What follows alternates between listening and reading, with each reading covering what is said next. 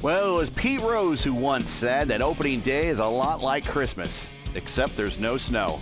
And that's where we are today. Opening day, it's NTT IndyCar Race Weekend, and you know what that means. When they race, we race first. It's time for some top split action in the 2025 IndyCar iRacing Series. Hello again, everybody. I'm Gary Gatto. Welcome to P1's coverage of Round 1 of the 2025 season for the IndyCar iRacing Series. Saturday, top split presented by 40 Racewear. As today, we open the season again at SEBRING Raceway. And it doesn't change any for us in the booth. It's the same group of boys up here before. I am no Will Buxton, but they are to me as Hinch and Townsend are to Will Buxton. We have Antonio Estrada, the boss, is back again, and Ryan Skywalker back here in the booth. Gentlemen, welcome back. It is so good to have you, and it's so good to be here for the 2025 IIS season. Oh, it sure is, Gary. Great to be back here. Welcome, everybody, to P1's coverage of IndyCar iRacing Series. It's great to be here. It's been a while. I feel like we have been, off season for a very, very long time, and we have. It's a very long off season, but it's great to be here. Sebring is such a good place to race. I mean, I do hope that eventually we're going to get St. Pete in here, because we know that this is a standing for St. Petersburg. IndyCar, NTT IndyCar Series is actually racing at St. Pete this week. But we're here at Sebring because we don't have it in the scene yet. Again, fingers crossed that we will at some point in the future. But, very technical track, very difficult to pass, but it's also a lot of fun, very bumpy as well. So, these drivers must have built setups that will withstand that.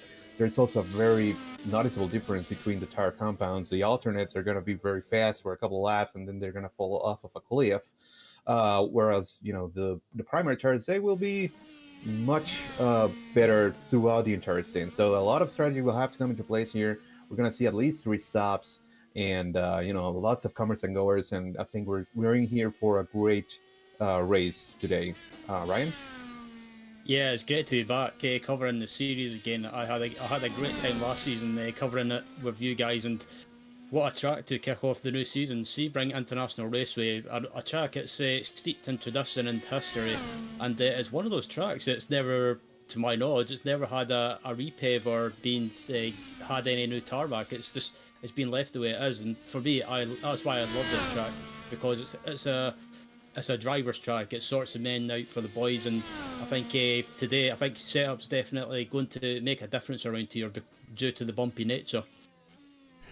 And we are getting really close to the end of qualifying, about 10 seconds left before we go official. And we did have the track conditions up there. It shouldn't be a very challenging track conditions. Track ambient is the temperature.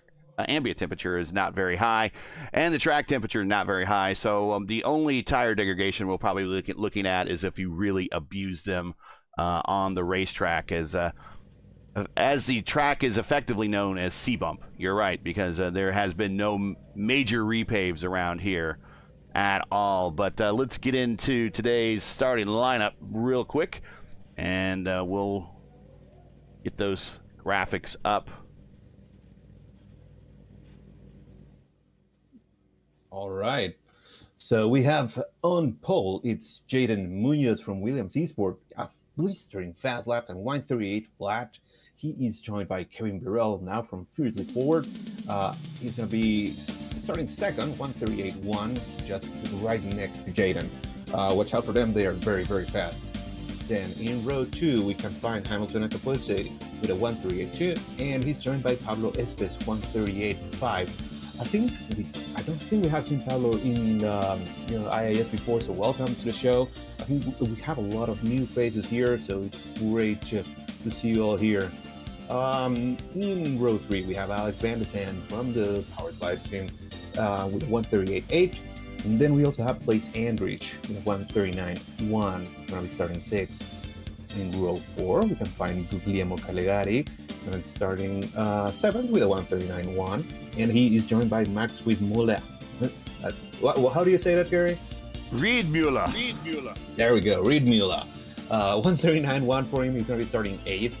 Then we have in row 5, it's Carter Lundy with a 139.2, joined by Matt Taylor with a 139.3. Carter is also somebody that we haven't really seen, or that I don't remember seeing, so welcome to the top split. Starting 11th is Archie coming in, the number 7 car. He's joined by E-Night Scan with a 139.5.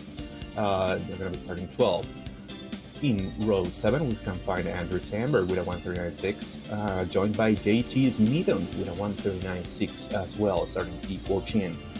Starting 15th, we can find Paul Bay, and he's joined by Miguel Villa, starting 16th. Then he's starting 17th, Tai Quilla, one of my teammates. He's going to be starting 17th next to Hayato Matsuda, starting 18th with a 140 flat. Then starting 19th, we have Juan Sanchez, joined by Dave Menino, who's going to be starting 20th. Starting 21st, we can find Tuomas Bustanen, joined by Vladimir Shumilov, starting 22nd. David Henger, he's going to be starting 23rd, and joined by Jesper Orman, who's going to be starting 24th, another teammate of mine. Good to see you guys here. Starting 25th, we can find Thomas Johnson, the last one to set a time with a 141.5. And didn't set a time, or maybe run out of time, or maybe got an off track, which can happen a lot here.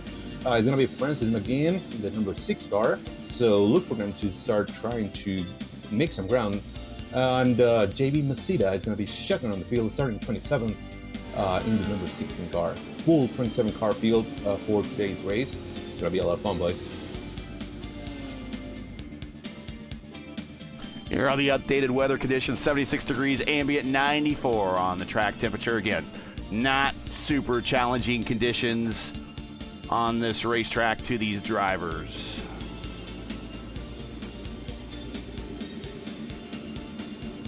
Full pace lap here. And that is going to impact fuel mileage already. So we're already talking about it.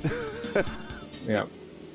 And something else interesting, guys, there's only 4 cars in the entire field that are going to be starting in the alternates. Those are Hayato Matsuda in the 13 car, Vladimir Shumilov, Matt Taylor is also in the alternate tire, and David Henger. Everybody else is starting on the primaries. So they're looking for a longer stint here, most of the field, the ones that are in the primaries, to try. What I'm imagining most of these guys are trying to do is go for primary, and then alternate for their last stint. Well, primary, and then alternate. But we'll see how that develops during the race.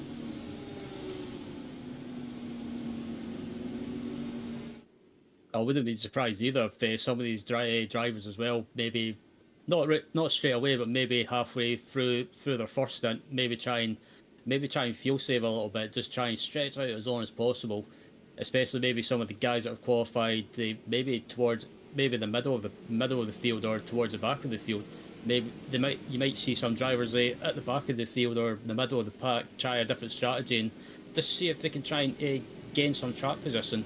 Maybe try pitting early, but I think with Sebring, in my opinion, you would probably want to try and go as long as possible, just to try and kind of just stick to the strategy that they've maybe planned in mind. But I think, some of these drivers as well are going to have to be very, very careful, especially on lap 1, especially when you've got maybe cold tyres and just with the pack being so close, especially into the hairpin on lap 1. Here we go. We're about a turn away from the start on the 2025 IIS season, presented by 4D Racewear. Make sure to check out their line of made-for-sim racing gloves, shoes, and apparel. Visit their website, 4dracewear.com. Coming to the green flag, Munoz, Burrell, Akabuezi, Epps, and Alex Vanasant. Pace car is off, coming to the green. Here we go, guys, and we're already fanned out in the back.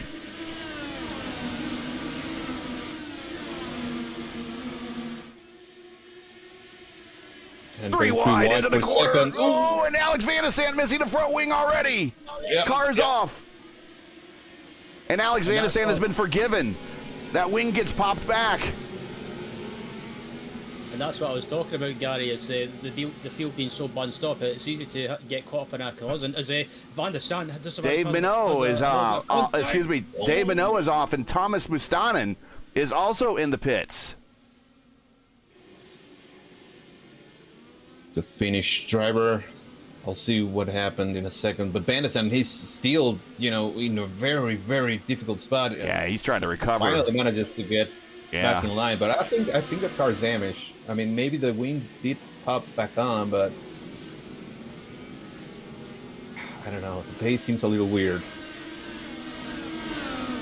Well, Mustanen, we saw win at Phoenix in the Classic IndyCar Series winter schedule. He is already out, unfortunately. Not sure what happened to him. Dave Minot. Hopefully, again, we're saying that right. If we're saying your name not right, just let us know in a DM on our Discord server. Link is in the description. Big contact. Pally Bay into the wall backwards. Wow, what a lick. Yeah, I'm just looking at the replay from my end, and he just got clipped by the car behind, and he just basically got sent into the wall big time.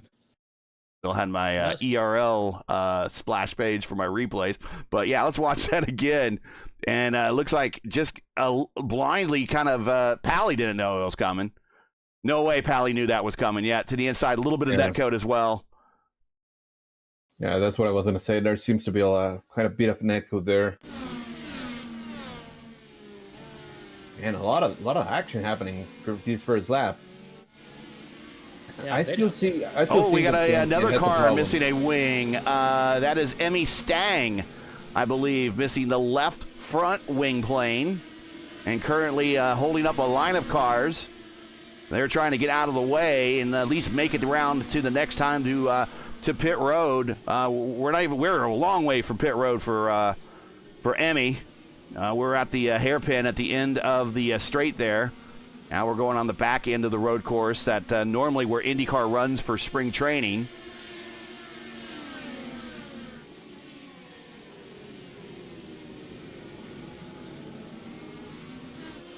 Juan Sanchez right in front of Emmy. Did a little bit of a send there into the corner. Alex down 7 spots, and we're going 3 wide. Oh, guys. Oh. It gets tight through there. That's the same part of the area that we just saw Pally Bay wreck at. I think a very generous off-track area there before we go down the Ullman Straight. I mean, I think what's happening there with Bandit, I think it's saving fuel. Lots of these guys are just going very aggressively at it, and they might even be short a little bit. Jade Munoz, purple lap. Kevin Burrell, purple lap. Go ahead, Ryan. I was just going to say, Juan Sanchez just done a brave move around the outside of Van de Sant into the final corner into Sunset Bend. That was a bit brave but gutsy, considering on the outside you've sometimes got sand and the marbles on the outside. Oh, this whole group behind Emmy Stang, Shumala, Vila, McGinn. They're all being held up. Orman's in there too. Stang did not come to pit road, so they are trying to make a long run and make it a scheduled stop to get that 5-second penalty to get a new nose. Vila getting past the inside. Oh, Jesper Orman was there. Yeah, now Jesper has to deal with Masita behind him. They're going to go side by side. Their preferred line for Orman. Munoz, Burrell, Epps, Akabuizi, Andrich, your top 5 at the top of the field. Watching these battles in the mid-pack right now. Your highest alternate tire driver is Matt Taylor in 8th, Matsuda in 10th. They really have to push, and I would say conditions are probably pretty favorable for the alternate tires. Track temperature's not up there. Ambient temperature's not up there. It's just the conditions of the track are very bumpy, and especially on the final corner, 17, it's very bumpy through there, and that's where most of your tire degradation is going to come in. Yeah. I mean, it probably will last a little bit longer than if we had the sun shining directly on top of the racetrack. That's a very, very good point. So, maybe the conditions do change at some point during the race, and these guys are already taking advantage, and we know it's only 4 cars. Maybe they're going to be in a better spot. It really depends on how, the weather progresses through the evening. Miguel Vila Actually, that's Francis McGinn and Orman. McGinn just sending it there in that old Lotus Formula One livery. Hey, Francis, we can get you an IndyCar livery if you need one. We can get you one. Here's Masada. Hopefully I'm saying that right. JB, he's in a battle with Jesper. Oh, JB is French.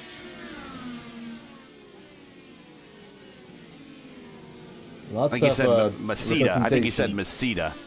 Masida, yeah. Lots of representation. We got folks from Spain, from Canada, from Ireland, from Germany, Argentina, Norway, Finland, France, and of course the USFA. And then we got Mexico and Scotland in the box here.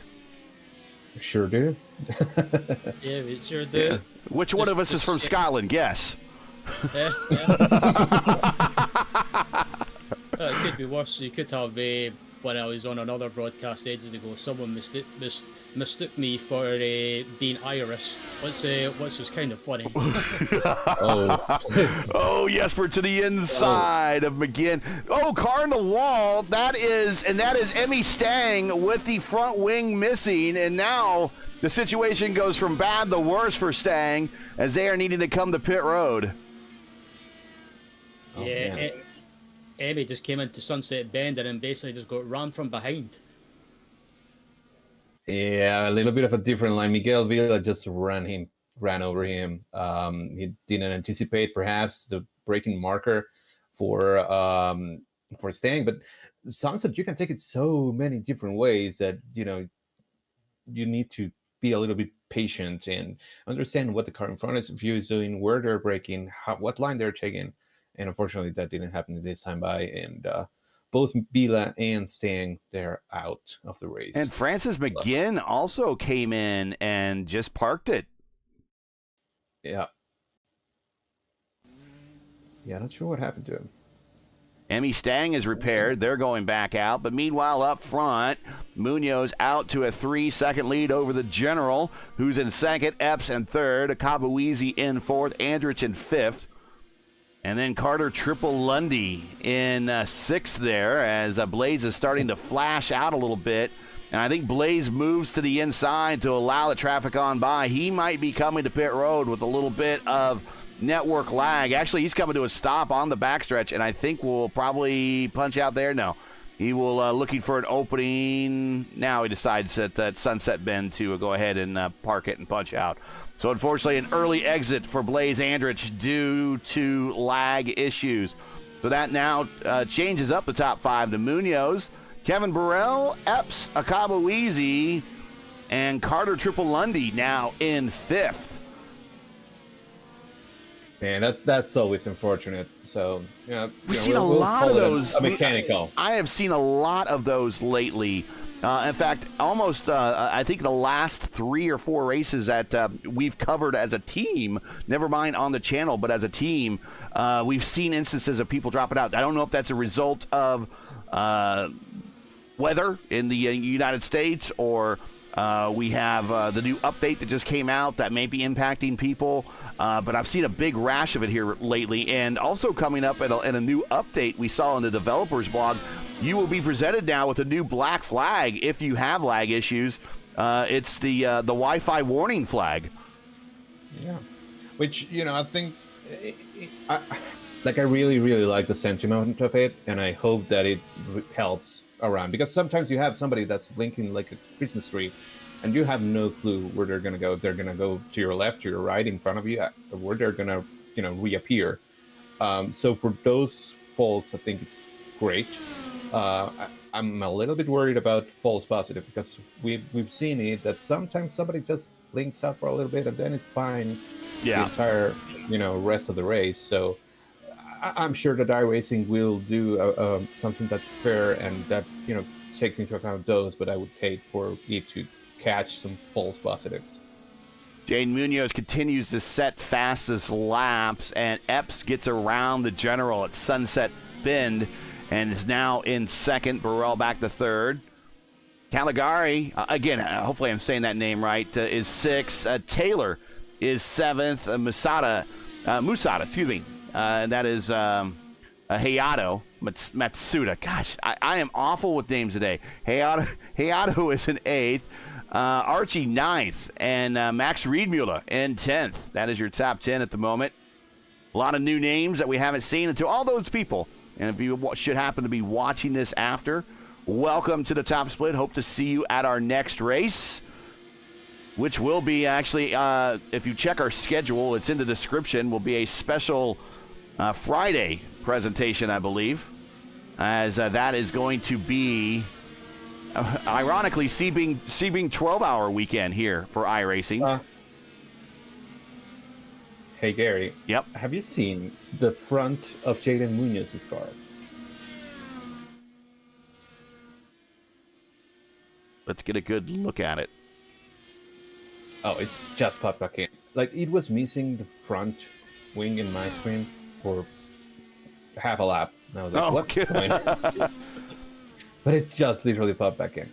So the other thing is Jaden, from Williams eSports, and 9.4 iRating. And behind him is Pablo Espes, who seems to be one of his teammates. I just didn't know that.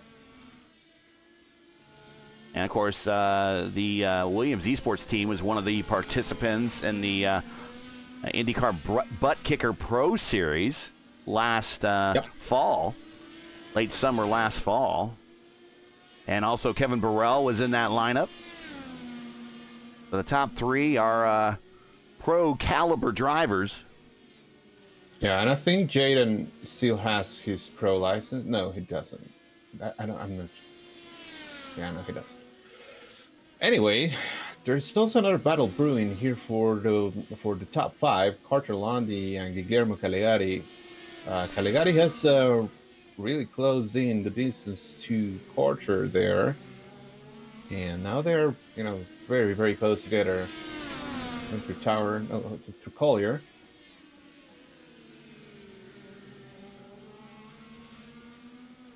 Yeah, go ahead and mark your calendars now. The next race for us will be March 21st, 4 p.m. Eastern, when we bring you the action from Fontana for a 300-mile race that will represent Thermal Club. So we will have that earlier in the week, so we won't interfere with anybody that might be running the 12-hour, the 12-hour of Sebring that weekend for the official iRacing race. We got Guillermo going to the low side, getting the pass. Munoz goes purple again. So move Guillermo up to P5, Lundy back to 6th. Yeah, very, very good move from Caligari there. Also didn't really abuse the push-to-pass, which is something, new for this year. We have proper push-to-pass. Yes, we do. Which is great. Now it's based off of seconds. You have 200 seconds in the car. You can use them whenever you want after lap 1. But this is a long race, so you better make sure that you make good use of it. Yeah, it's interesting for like the Open Series. They give you 200. Yep, we're watching it right now. Oh, that's tight. Hairpin. They're still side by side. We were watching out the back of one of them there. Caligari not giving up. Preferred line for London here. Great battle. But in the Open Series, you get 200 seconds for a full race. And then here in the IAS, which is a 100% length races, you get 200 seconds. So actually, in the Open Series, you get a lot more push to pass than you really need. And then some would argue here in the IIS, you don't get nearly as much push to pass as you need. Yeah. And then in the fixed series, you also get 200 seconds. Last time it was 9 laps or something like that around here. So, everybody on the button. Spam it. Yeah, spam it the entire race. Why not? Matsuda taking a look to the inside of Matt Taylor for 8th, going into Sunset Bend. Munoz, another purple lap. Matsuda getting the position over Matt Taylor. Both those guys on the alternate tires.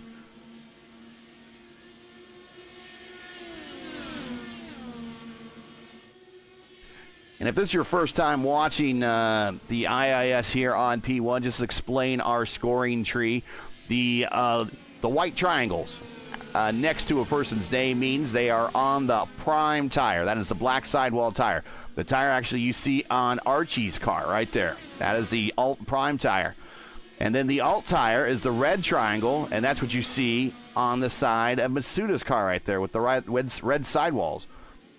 Reed Mueller looking to the inside of Taylor. I think we are at that point where, the red tires are no longer that great. It was around lap 9, lap 10 when, And we were there this time, yep.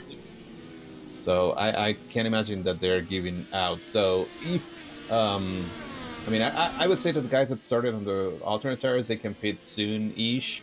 They are still going to need to save a lot of fuel. So if they can hang on for another lap, maybe 2 laps, that's going to really, really benefit their sinks in the black tires. Matsuda, your biggest gainer of the race so far. There's 2 of them out there. It's Matsuda up 10. And we were talking about Maseda earlier, and he is up 10 as well, and 17th up from 27th on shotgun on the field. So he is moving on up. Caligari and Lundy again in a battle coming off Sunset Bend. And now Lundy's going to have a great run here in turn 1. Lundy not using push to pass. Yeah, you gotta save it, right? It's like steal the first 20% of the race. You still a long way to go. And also, if you're on a fuel number, using that push to pass button does impact the fuel consumption. So you could throw your number off. And remember also, it is push to pass, but it is also push to defend. You can use it to defend if you like. Here is the while we watch these 2 battle going into the hairpin here. There is your what allocation is currently left for push to pass. Munoz 194 seconds, Epps 193, Burrell 182. Cabuizzi hasn't even touched the button. He's at 200. Caligari at 173, Lundy at 197. There you see the remainder of the field. And sometimes, occasionally, you run into the driver that, forgets to map it. Yep, that happens.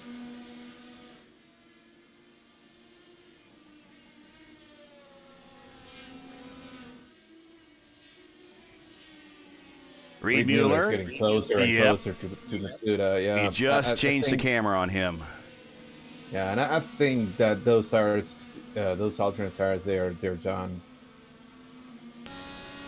But great job from both Matsuda and Taylor to be up in the top 10 in those tires. Especially Matsuda winning, climbing that many spots. Currently riding with Reed Mueller, going down the front straight. A 3-car battle. And, Reed Mueller is somebody that we hadn't seen here before as well. 7,700 iRating, so quite a lot of it. What's the welcome, Max? And, hopefully we can see you back here soon from next race that we have. So yeah, he's a number 3 ranked driver in this race, according to iRating. Yep. So good to see drivers out there with that high iRating. Also in front of him, Archie Convey. Archie, 7th ranked driver in this race. And this is the first time we've seen him on a top split broadcast. So again, welcome to all of these drivers. And Reed Mueller to the inside here. That was a great move. Right at 10. Textbook, yep. It does scare me in a way though when I see those sort of moves, because you don't know if someone's going to overshoot the corner and run into someone. But yeah, that was a good move by Reed Mueller. He managed to get the car pulled up to the apex and get the car slowed down and pulled it off. But it's a question as well I wanted to ask, going back to push to pass and hitting that fuel number or fuel consumption. It's probably one of those things that you probably need to discipline yourself with, not to overuse the push to pass. Oh, 100%. If you start spamming it, you're going to burn through your number. And especially in these races, and we see Reed Mueller hopping into the pits, especially in this race where the scheduled stops, you need to save a tiny bit in order to make it in 3 stops. Because otherwise, if you keep burning through your fuel happily and keep burning through your push pads as well, you're gonna have to do an additional pit stop, which would essentially end your race. So yeah, you definitely need to watch out for that. Scheduled stops Taylor are in there. Yeah, we got Reed, Mueller, Taylor, and Shumilov all on pit road. Scheduled stops as they come to pit road. Top off the tanks and grab a new set of tires. And Reed Mueller moved to the alternates, so that way he's going to be able to get through those. And Taylor went back to the primes. Shumilov went to the alternates.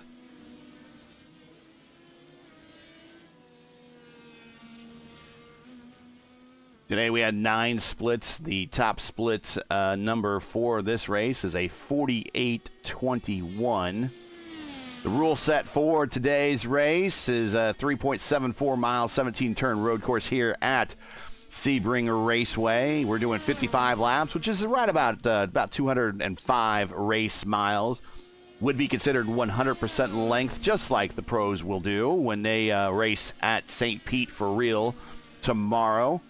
Unlimited tires, but you must make a tire compound change or face a post-race penalty. Pit road speed limit is 45 miles per hour.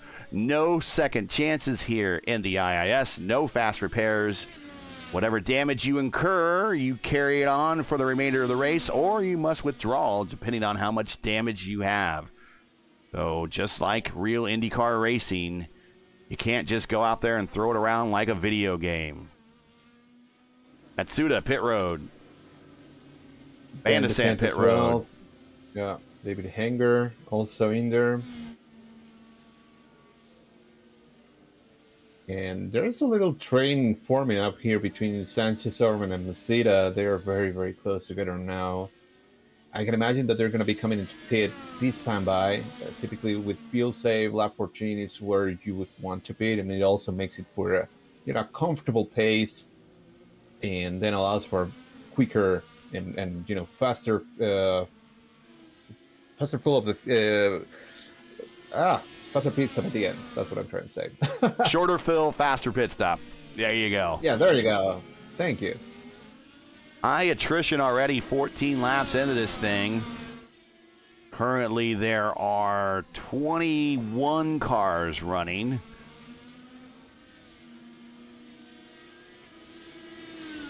Started with 27. Real hitting in. Mitt Munoz, another purple lap. He is just ripping them off one by one. Epps answers this time. Actually, it was Epps, yeah. Well, the first one to go below 140, 139.999. You have the 139.999. It's actually said 140 flat with all zeros on my readout, but I will take yours. Whatever it was a fast lap. There goes Orman as well, Caligari, Landy, Smeaton. All of them are pitting right now. Smeaton, I don't think we mentioned him. He's been doing a great job being in the top 10 all race long, so he's currently in the pits. And Thomas Johnson also pitting in. And he's in a Delta-sponsored car, so insert your on-time or late jokes here. And my question is, with this car, does he have to stop in Atlanta first before he finishes his race? 100%. That's a help.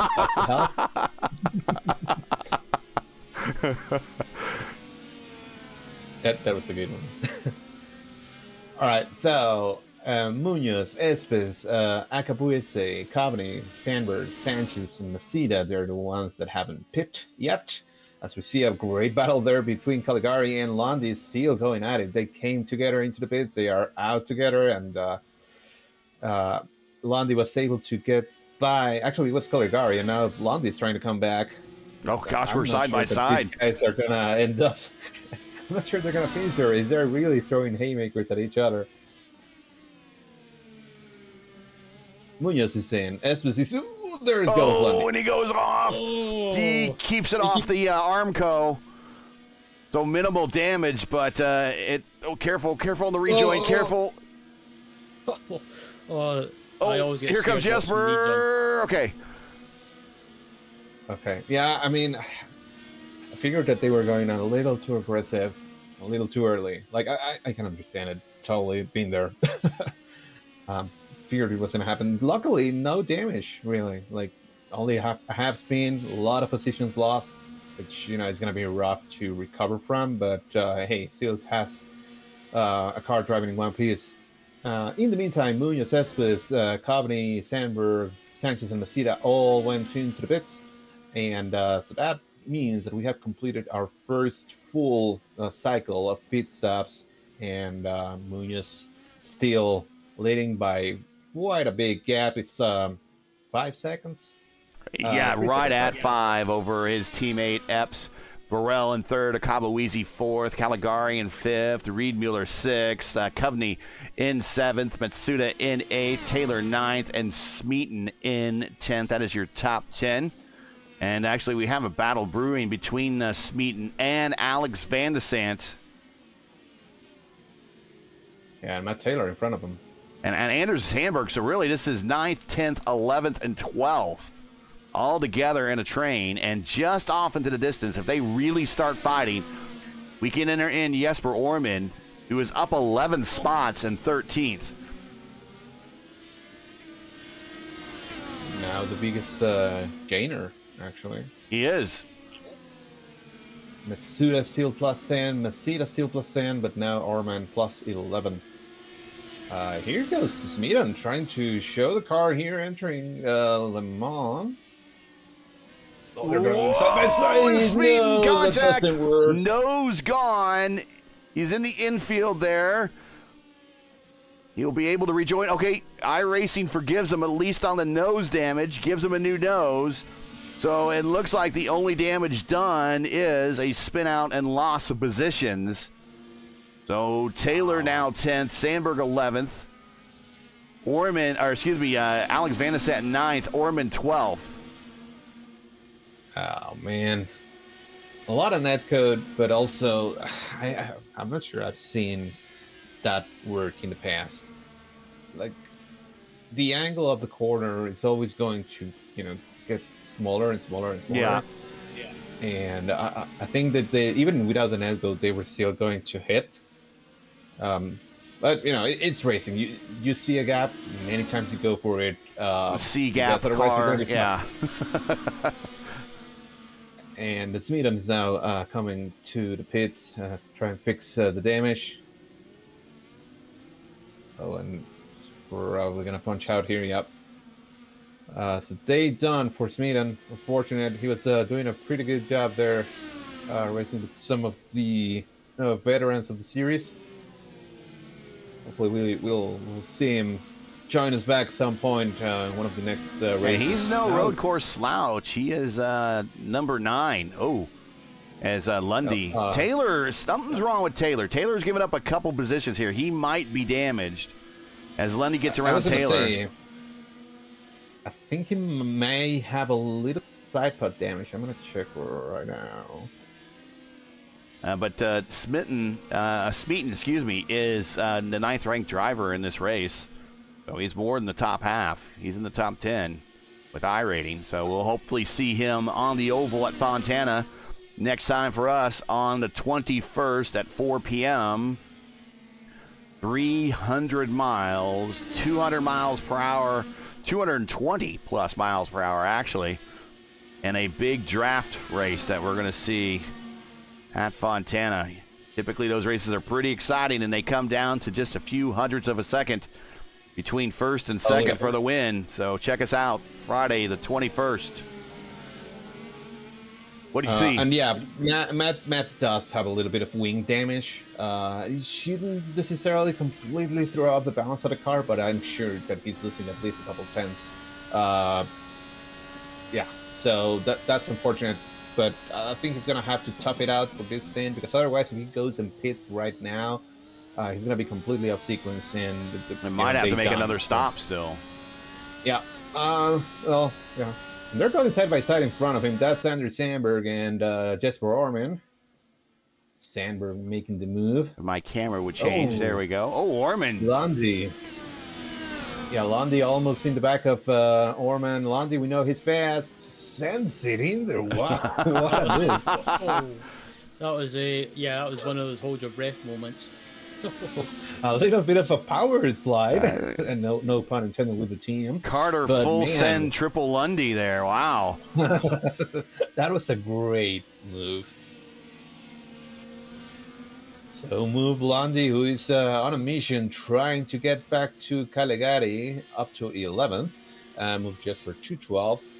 See a lot of action happening. Masita is also getting very, very close to Juan Sanchez there. That's for P15. Sanchez looks like, in his livery, looks like something that belongs on the Miami Strip there. Very colorful. I like it.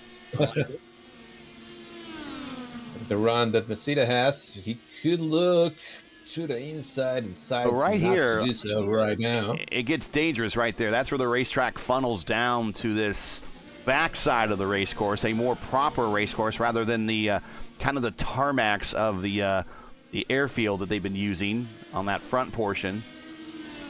Yeah, now up to Big Bend. Here comes the best passing zone in the racetrack of the hairpin, but he's not close enough. Now this winding section of the track coming to Fangio.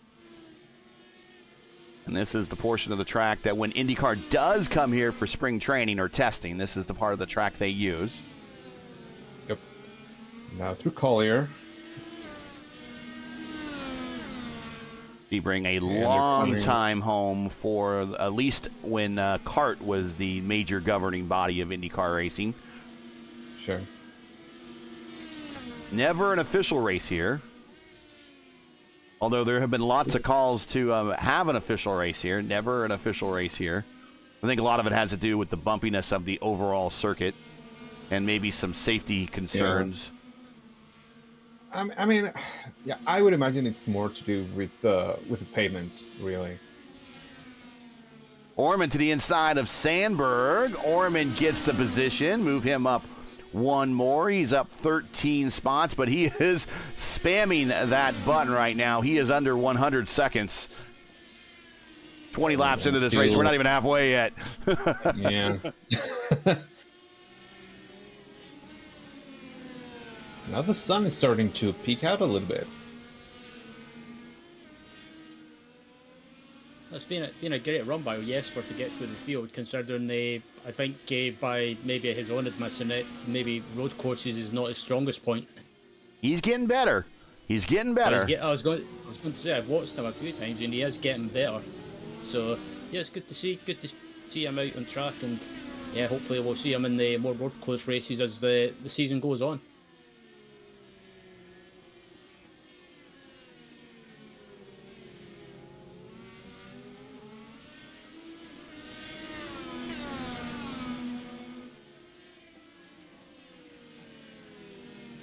Battles on the racetrack are starting to get a little separated right now. This is the closest battle between Sanchez and Masita.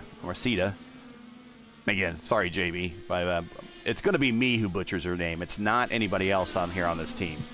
It's going to be me. So just let me know how do you want me to say it. I will say it the right way. Oh, he has a great run here. Masita does. Yeah, it looks he gains right in the center of the corner.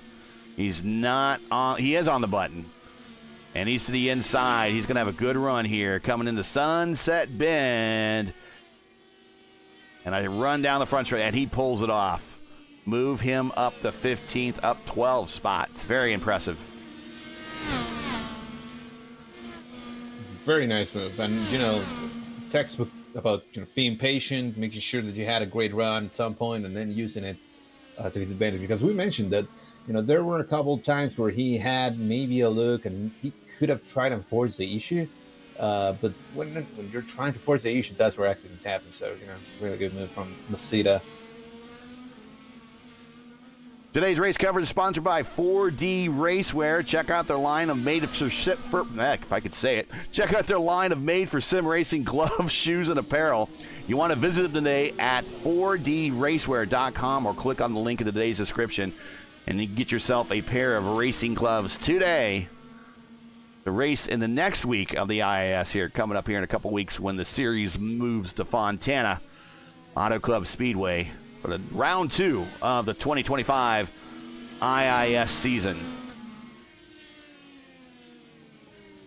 I think Reed Mila went by Coveney. They're still pretty close. Coveney trying to get it back. Currently running P6 and P7. Right now we're showing intervals. We'll show everyone the gaps between positions. That will give us a good idea of where you might see the camera go next. Reed Miller on the button. That's what the push to pass green right next to his name highlights. When he uses the button, he will highlight.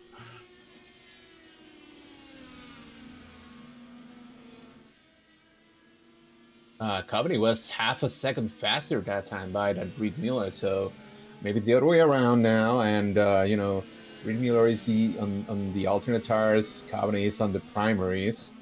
Again, we're getting close to that point where the degradation starts to kick in for those alternates. Yeah, it was right at 10 laps last time.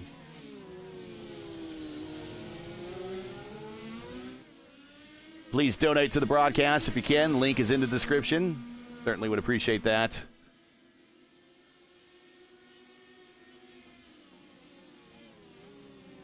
Continuing to watch this battle. If you enjoy P1's coverage of the IndyCar iRacing Series Saturday Top Split and you respect the stream, please do us a solid. Make sure you support us by subscribing, and while you're at it, don't forget to smash like and click the bell so you don't miss out on future P1 iRacing broadcasts. And believe me, as someone who's done most of those, along with Mark Murphy, we have lots of them and had lots of them, so check them out. 23 of 55. Coming up to the halfway point here very shortly. Yeah, I was going to mention something that I'm finding out from this battle between Reed Miller and Coveney. They're both using the push-to-pass in a very smart way.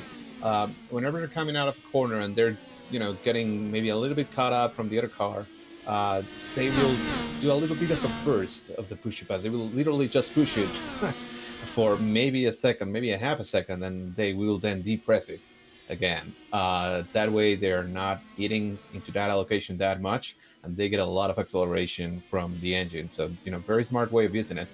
Well, that is actually might be how we end up using the hybrids when we finally do get access to them. Is they'll still be the push to pass longer burst, but the hybrids will have like a shorter burst, and maybe they're just working that strategy that when we finally get hybrids, they'll be used to that already.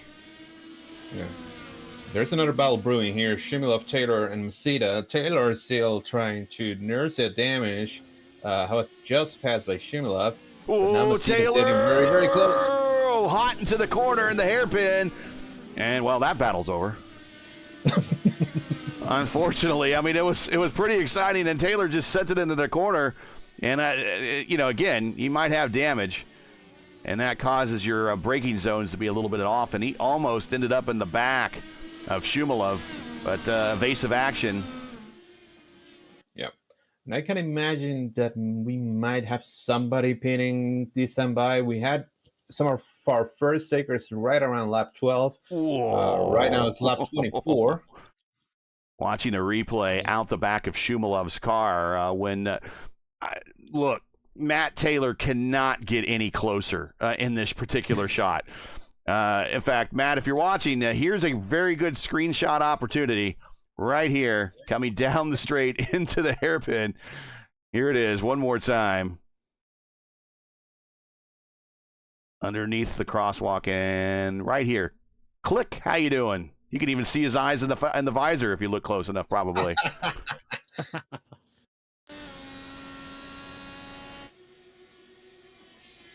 Hey, Masita is on a mission, up 13 spots, and now it's also catching Shumilov. Again, difference, Shumilov is in those alternate tires, Masita is still on the primary. Yeah, and Shumilov, Vlad has been out there for 11 laps, so we saw in the first stint, those on the alternate tires didn't really have the pace much after 9-10 laps. So he's 11 laps into it, and he's currently being stalked by JB.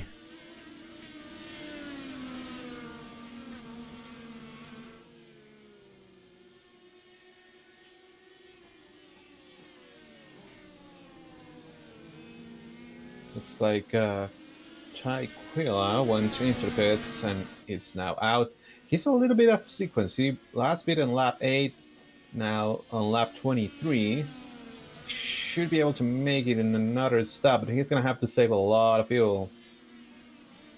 And Masita is all over the back bumper of Shimla. Well, the attenuator bumper. What am I? In NASCAR? What the hell? Yeah, what is this? 10 tops? Come on, man.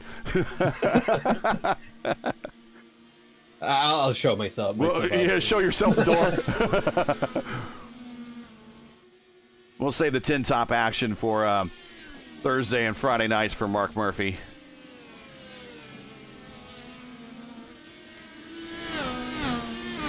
Look at all the time loss that Masita had. He didn't have the best exit. Actually, kind of not great exit off of Le Mans.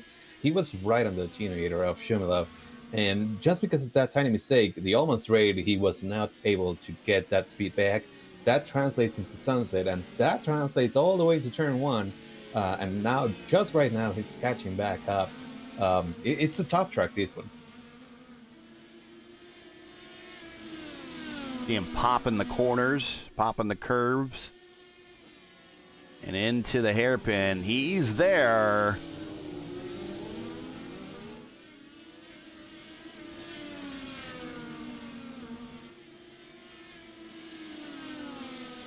And nothing against our leaders. They're just so far out front. There's nothing going on there. It's Munoz, Epps, and the Burrell. It has been 1, 2, 3 like that for much of this third of the race. Gaboeasy in 4th. Again, not much around him. And Caligari in 5th. We should probably go back up to Reed Mueller, because I think the Reed Mueller, Coveney, Masada battle is starting to turn into a 3-car battle right now. This is for 6th, 7th, and 8th. Meantime, tiny mistake from Allerman goes off track. That allows Sandberg to go by.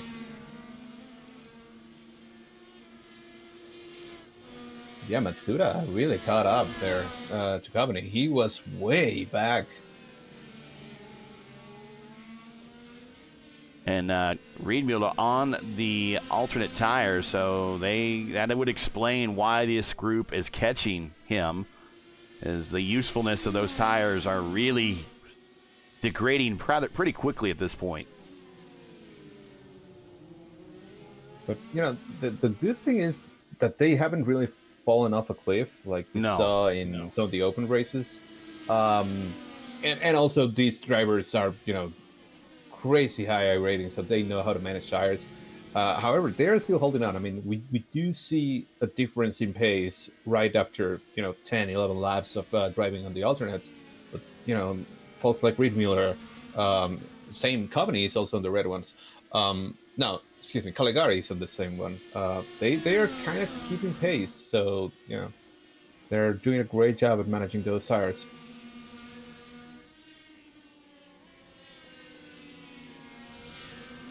Masita finally goes by Shumila. So that makes 14 spots for Masita.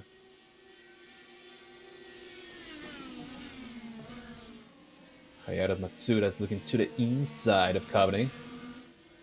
And Reed Mueller is pitting. Yeah, that's a scheduled stop for Reed Mueller at lap 27. We are right about at the halfway point. Oh, Matsuda had a great run. Thought better of it. Matsuda in the new livery for Scotty Dixon this season.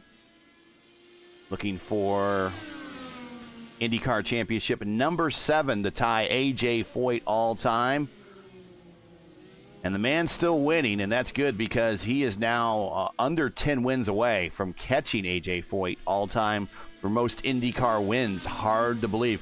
At that point, you now know you're watching a living legend anytime you watch IndyCar racing. When you watch Scott Dixon, you might not appreciated him then, but you need to appreciate him now, considering the records he's on the cusp of breaking if he does ever achieve it. And the thing is, with Scott Dixon, he's in his early 40s. He's got plenty of time.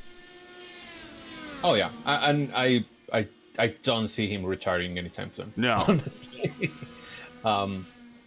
Same with Power, in a different scale, of course. Well, this might be an interesting season for him. He's hired himself an agent for the first time. This is a renewal season for him in Penske. There is a constant buzzing rumor that Malukas is somehow in line for the seat because of the association with Foyt Racing. Yep. Do we see Will Power possibly, I don't know, let me throw it out there, go to Andretti when Colton inevitably goes to Formula One to drive for Cadillac? I wouldn't be, it wouldn't be the weirdest thing in the world, It would be weird to see initially. Go ahead, Ryan. Go ahead. I was just going to say, you never say never. I mean, stranger things have happened. Yeah, it'd be weird to see for a lot of fans. A lot of fans have only known Will Power as a Team Penske driver.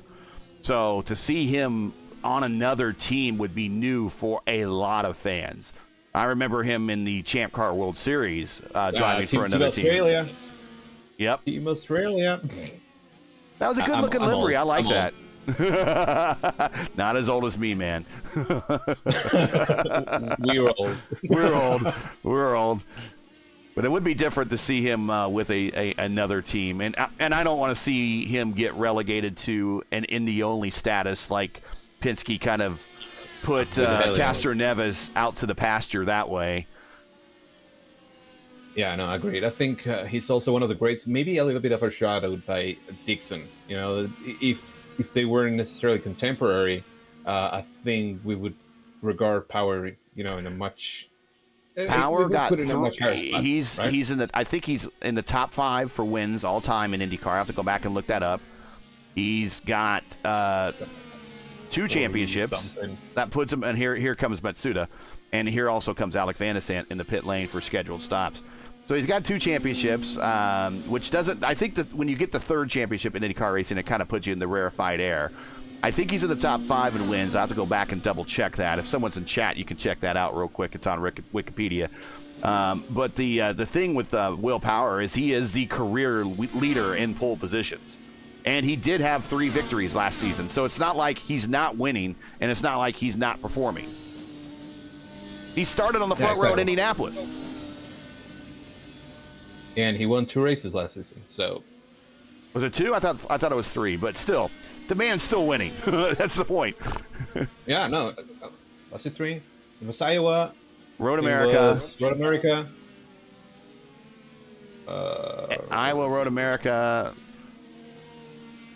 Well, watching as Van de Sant out in front of Matsuda on pit road. And yeah, Will Power is 4th in the all-time win list, 44 wins.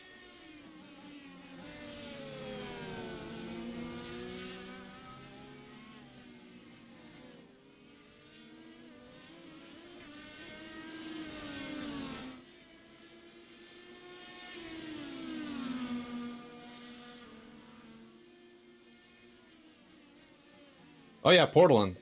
Of course. Yeah. 3 wins. There we go. I was like, I thought it was 3 wins. Sometimes, the memory fails me a little bit, but I was pretty sure. But when I thought about it, it's like this is a renewal year, and there's a chance that he might not renew with Penske. I mean, 3 wins. Joseph didn't have 3 wins last year. I mean, Joseph Newgarden is my favorite driver, but Joseph didn't have 3 wins. You can't. You can't say that. Yeah, I don't know. And the whole team started on the front row at Indianapolis. That's no easy feat. I think they have Penske, the strongest lineup, bar none. Oh, yeah. In IndyCar. I mean, I can totally understand the hype around Malukas, but I think a lot of it is going to see, they're going to wait and see how he performs this year. If he doesn't, light the world on fire, I don't think it's going to happen. I know that, Will does have a really good relationship with Penske and Verizon, and if you're not gonna make a definite improvement, why change what is not broken, right? I don't know about Anyway. you, but if it's not Lucas, and I know not everyone's a fan of his, but what about Ferrucci at Penske? Oh, that would No. that would piss off so many people. You I wanna see have the no world problem burn? with him, but man, the trolling would be uncontrollable for if it's Ferrucci. But if Power did get replaced at Penske for next season, I don't know if he would stick in that car. Do they not even put Malukas there and maybe go Felipe Nasser in the sports car area? I mean, that's a good shout actually, considering that the Nasser is part of Porsche or actually Penske Porsche Motorsports. Yeah. So, yeah, that's you never know. Never say never. I mean, I think Nasser did have an IndyCar test towards the end of last year, I believe. I'm pretty sure he did some testing So at Thermal. you never Yeah. know. Well, if you're just joining us, you are enjoying our discussion of the 2025 upcoming IndyCar season as the two leaders have kind of pulled away for the remainder of the field here. But this is round 1 of 16 of the IAS Saturday Top Split presented by 4D Racewear, coming to you from Sebring, where we've completed 31 of a scheduled 55 laps. If you enjoyed today's coverage and would like to monetarily support our commentary team, make sure you donate via our GoFundMe link. Is all in the description, and we appreciate any donations you might give. Yeah, and right now everybody has completed their pit stops. Munoz comes out in front. We have Bandison here trying to attack Archie Cavaney. That's for P7. Yep, P7th into the hairpin.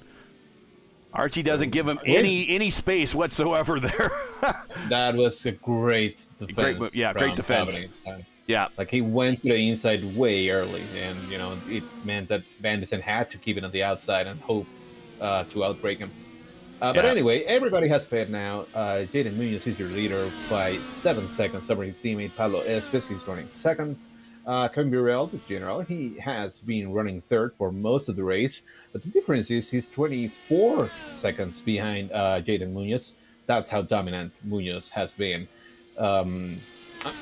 Then we have Hamilton Akabuese. Oh, Akabuese almost loses it in Sunset Bend. He is having a hard time hanging on to that thing.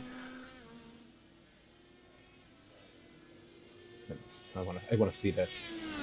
Oh my God! Yeah. That car is sideways. Sideways again.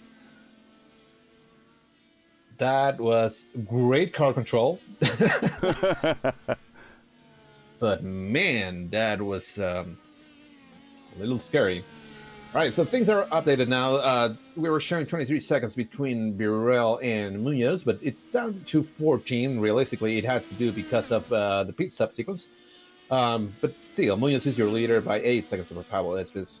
Kevin Burrell is third, 14 seconds behind. Hamilton Akabuese, he is running fourth, 27 seconds behind. And then we have Guglielmo Calegari. He is running fifth, 33 seconds behind. And then everybody else is more than 40 seconds behind. It's the Jaden Munoz show, and everybody else is supporting cast at this point. Well, and we are looking at a possible Grand Slam situation here for Munoz. He doesn't have the purple lap. I would assume that in the last pit stop for him will involve a set of alternate tires and a light tank, and he'll go out there and try to set that ultimate Red Bull lap to get the purple lap. But he started on the pole. He has, I believe, led every single lap. And if he gets the win, that is the Grand Salami, and that will be the second time this week. Oh, and that is contact. Kovney loses the front wing, doesn't snap back into place. Is he forgiven? Let's check the camera angle. He is forgiven, but that was contact. Oh my God! And just as that happened, Alex Van Zen just plays in the chat. Thanks. Archie Company immediately apologized and was like, sorry, but it was a little funny. Now, but Matsuda is getting closer to this group, and he smells the blood on the water there. Yep. I think his best passing opportunity is into the hairpin if he gets a good run. And I would imagine he has a lot of push pass. Oh, he didn't get the great exit. No, he did not. He did not. We're riding with Matsuda right now.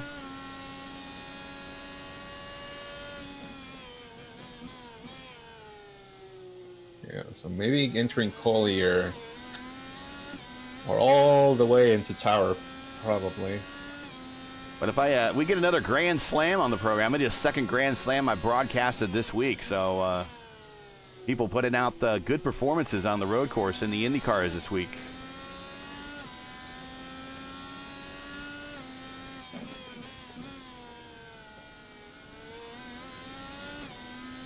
Looks like Kavani is getting a little bit away from Matsuda, so maybe it was just like that momentary, like, oh man, just touch the car in front, what's going on? And yeah, and then you get finally a little disoriented, yep. And then you get back to your rhythm.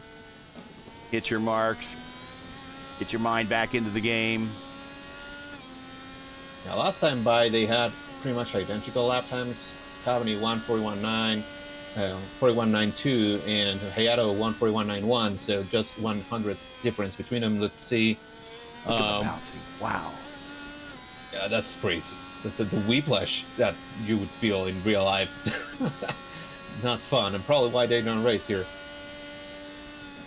Kavani 1:41.9 and Hayato 1:42.1. So yeah, a little bit slower for Matsuda this time by. Oh, the bullpen's calling. Yeah, I just... Bring out the left-hander.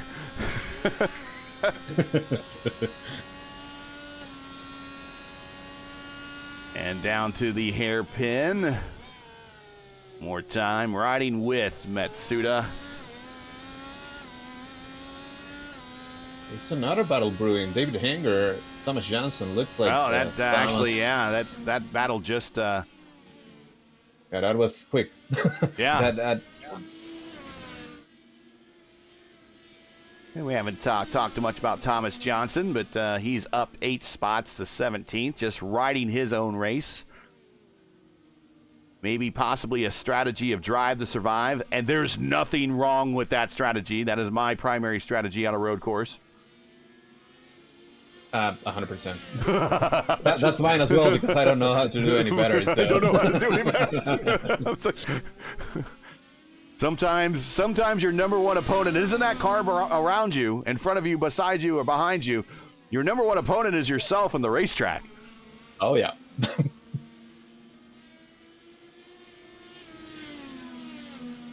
There have been times where I've done a road course race where I've started deep in the field, and all I do is just hit my marks, run my pace, and at the end of the day, it's a top 15 or, maybe a borderline top 10, and really, the only passing you did was people in the pits after they retired, which is the easiest pass of them all. I mean, yeah, if you keep it on track, you have a much better chance of having a good result. So Kavani and Matsuda are going at it. But if you're watching from home, you're like, man, I can't. There's no way I could compete with. Just keep your head down, keep practicing. In these Indy cars, iron sharpens iron. The more you get into these cars, the more you get out of them, and just keep at it. Don't be discouraged. Yeah, it's easy to be discouraged in these lap times, right? Like everybody right now is running 140s, 141s, maybe 142s, the ones that are being a little bit more conservative, and that's still very, very fast. You don't need to do that. A lot of times, you do need to do that if you're in top split, but once you're starting or you're maybe in the lower middle splits, a consistent race pace is much better than having a blistering fast one, but where you're hanging on to do your life every single lap, because that's probably going to wreck. So just do a pace that's comfortable for you. And we got an interactive poll up in chat. Who's going to be on the poll for the NTT IndyCar Series race coming up here? Qualifications later this afternoon. In fact, and I'm not going to tell you, they're starting soon. I don't want anybody to go anywhere. The great thing is you can open another window and mute them and leave our commentary on. Yeah, because ours is much better. Matsuda has a great run here. Who? Will who? What do we? Will who? No, I'm kidding. I love Will. And I'm very happy to have him here. He's genuinely showing his, love for IndyCar. Matsuda has a great run now, coming into the Herbie. I'm not sure if he's going to send it now. He thinks better of it. He's going to stick a half a nose out there. He was thinking about it, but he will regroup as they go through Fangio. If I was Masuda, I would probably wait until the back straight and try and get a run down to turn 17 if he can get close enough. I think. Bad exit for Matsuda. Not as close as he wants to be now. He could have sent it here in Tower, but yeah, not close enough. Now coming to Bishop.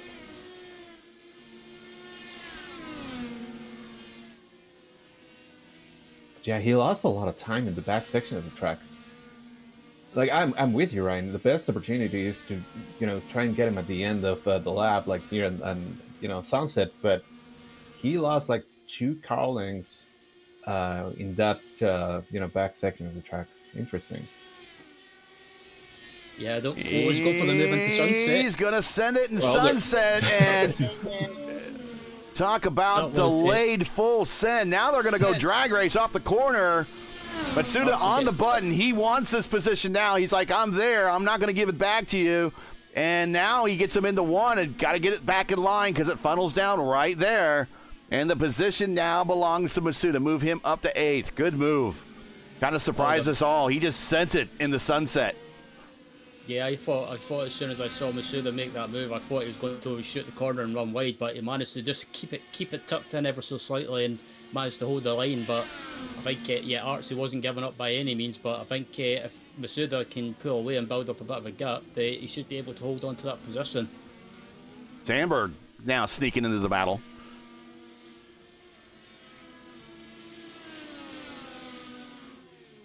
Yeah, and Coveney is not done here. We know that he's a little bit faster in this back section of the track. We'll see if he's able to catch back up. I think the cleaner is going to benefit Matsuda a lot. Or cleaner air. He's within the envelope of Van de Sand, so he's going to be getting some dirty stuff, but not nearly as dirty as what Archie's getting right now. Yep.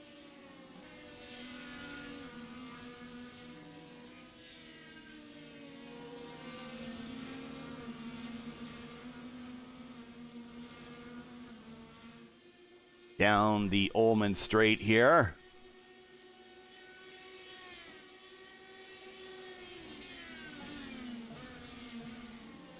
And again, we're kind of hoping this weekend, we've been hearing rumors that St. Pete might be scanned by iRacing. And on that note, for the first time ever this season, we will go to Portland. Yay. When that track becomes available later in the year on the service. Yay, indeed. Last time I raced a sim track or a sim on the Portland Raceway there, it was IndyCar Racing 2. Best game ever. It is. Absolutely 100% best game ever. Best IndyCar game ever. Yeah. Oh, Matt Taylor's connection dropped. Oh, and he is now out. Shown in 19th now. So we have 18 cars still running out there. Ty Quilla is the last car running. Ty is in 18th, 1 lap down. The leader, because of the size of the course, so we're talking it's 3.74 miles. It's just a little bit shy the size of Road America. Road America is right at 4 miles. We're not going to see a lot of lap traffic involved, even though we did have a large field start the race at 27 cars, which I believe is the max for an IIS race, 27. Yep, it is. So right now, everybody that you see, with the exception of Ty in 18th, is on the lead lap. I mean, Jaden is probably going to catch up with David Hanger, Thomas Johnson, Sanchez, maybe Shumilov, um, maybe even Maseda. We'll see. But I'm sure that they're not going to give him a hard time, and he has been the class of the field clearly. Consistently the only one that's still running 140s every single lap.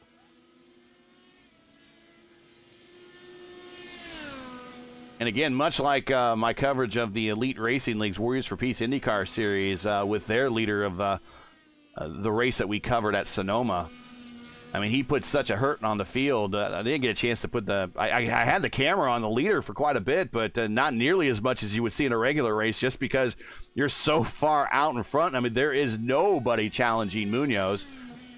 Not a soul right now. And his teammate is 9 seconds behind. There he is. And Burrell, he's kind of in the same area code. Not quite. 17 back.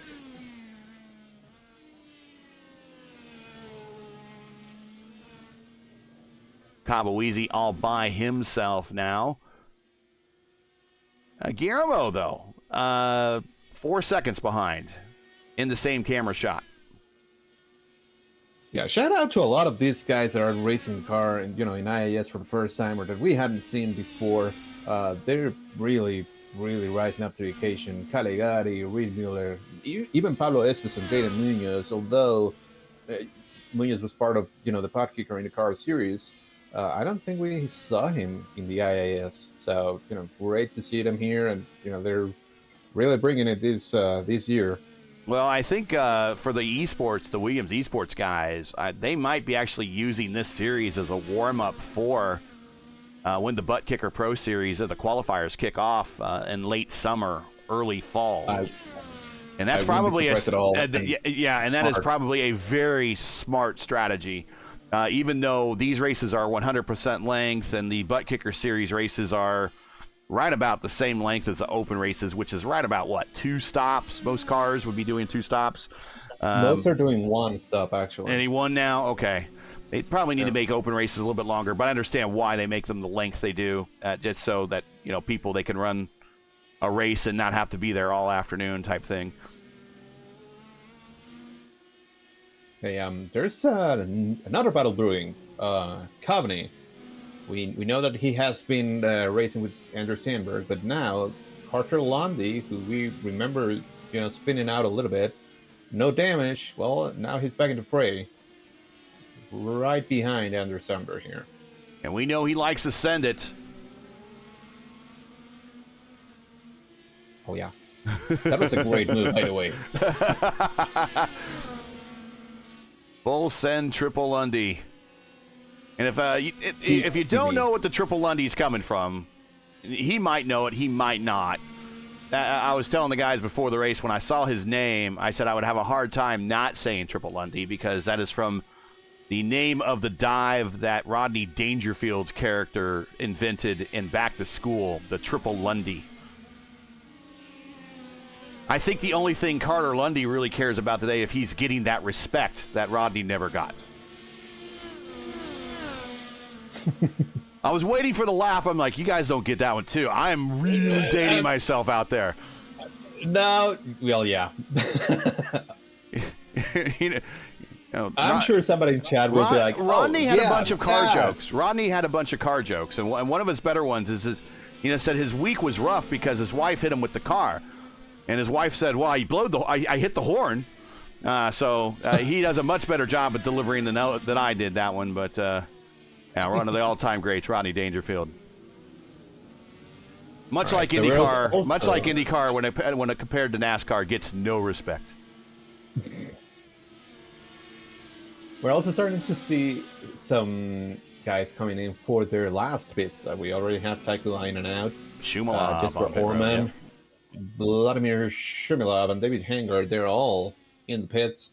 Orman coming out. Yeah, this is it. I can imagine that most of these guys that are still out on track are going to try and save as much fuel as they can and go as long as they can so that they can have a shorter field and I can imagine that Munoz and Estes were going to go to the alternates and try and set, purple laps after purple lap. Caligari right now is spinning. We'll see where they end up coming out. Ben DeSant catching up with Reed Mueller, who is now pitting. See if anybody from this group of Caveney, Sandberg, and Lande pit. No, Nope. they're going to go An another extra lap.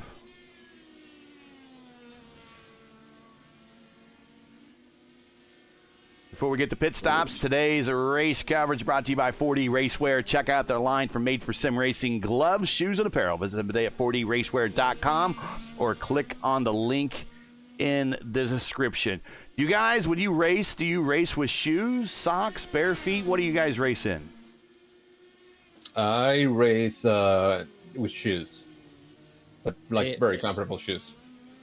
I did try racing with shoes, but I prefer to race with socks. It's just a comfort thing. I just feel more comfortable using socks.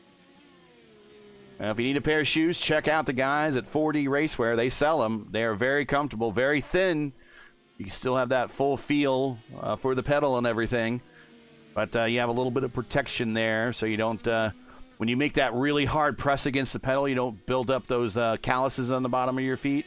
Mm-hmm. There you go. Check them out, 4D Racewear, good pair of shoes. We all race with gloves. Oh, yeah. Make sure to check out a pair of their gloves as well. I definitely will. They also have some really cool designs over that 4D Racewear for them gloves. And for the gloves, nice shirts, very free-flowing shirts.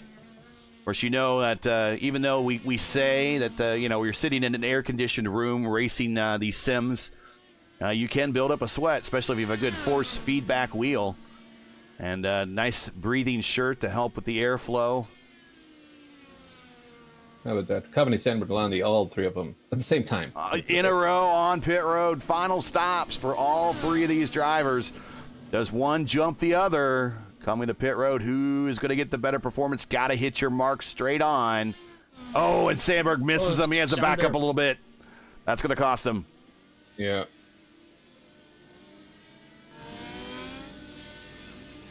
There goes Caveney. There goes Sandberg. He's going to get jumped by Lande. That's all due to, that little slip that he had on the pit stop. Much faster pit stop for, Caveney. 8.6. Lundy 10, Sandberg 9, but it took him a little bit longer to line up on the marks. Jaden Munoz, 13 laps into his stint. He went 15 last time. Expect to see him on pit road probably in the next couple of laps for our leader, Pablo Espes. I've been calling him Epps, but it's Espes, I believe. He is now second. He is also 13 laps into his stint. Went 15 last time as well. I would expect the teammates both to come to pit road at the same time. Burrell, 14 laps, went 15 last time. Probably expect to see him make his final stop next time by. Gavoeasy, 15 on his last stint. So he probably has a couple more laps of fuel in the tank. And Alex Vanasan has worked his way up to 5th now. And he's on pit road. Right now, final stop for VDS. And bringing Matsuda with him. That's going to get Caligari back to P5. And he moves on by. Alex, not the greatest start, and he's recovered most of it. He's down and away, and he's going to rejoin the race. He started a little bit further up front. Started 5th, and immediately dropped 7 positions. Got a little roughed up, a little brute force around him on the first couple of laps. Took him a while to find his rhythm. Once he found his rhythm, he has recovered. But it just shows you how hard it is to recover and how much work it is to recover when you get roughed up in just the opening couple of laps here of a 100% length race. You spend the next 50 laps trying to clean up the mess you got yourself into. Sandberg going to the outside of Lundy. And gets the move done. I didn't think that was going to work. He goes a little bit into the marbles. Whoa, yeah, he goes into the dirt. That's going to impact his exit speed. This battle is still wide open, and that is the leader right behind him. Oh, man. Jaden. And I think Lundy knows. I mean, you don't want to be that guy that wrecks the leader who's led every single lap, but he let him go. He wisely let him go. Very good etiquette there. Jaden's pushing. Like, he was sideways while trying to pass Lundy there.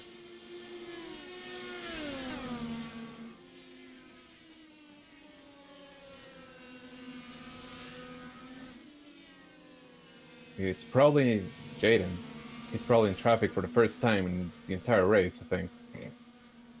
And his probably, yeah. So he's gonna have 9 laps on the alternates. He's gonna try and set some blistering fast lap times, qualifying times, basically. That's pit road. Yep. Final stop. And I imagine his pit teammate is coming to pit road as well. Yeah. And that will probably secure Jaden leading all the laps. We'll see if... I don't think Akabo Easy's close enough to get that. I think it's also pitting. Yeah. Burrell just stopped. He's on his out lap right now. In and out for Jaden Munoz.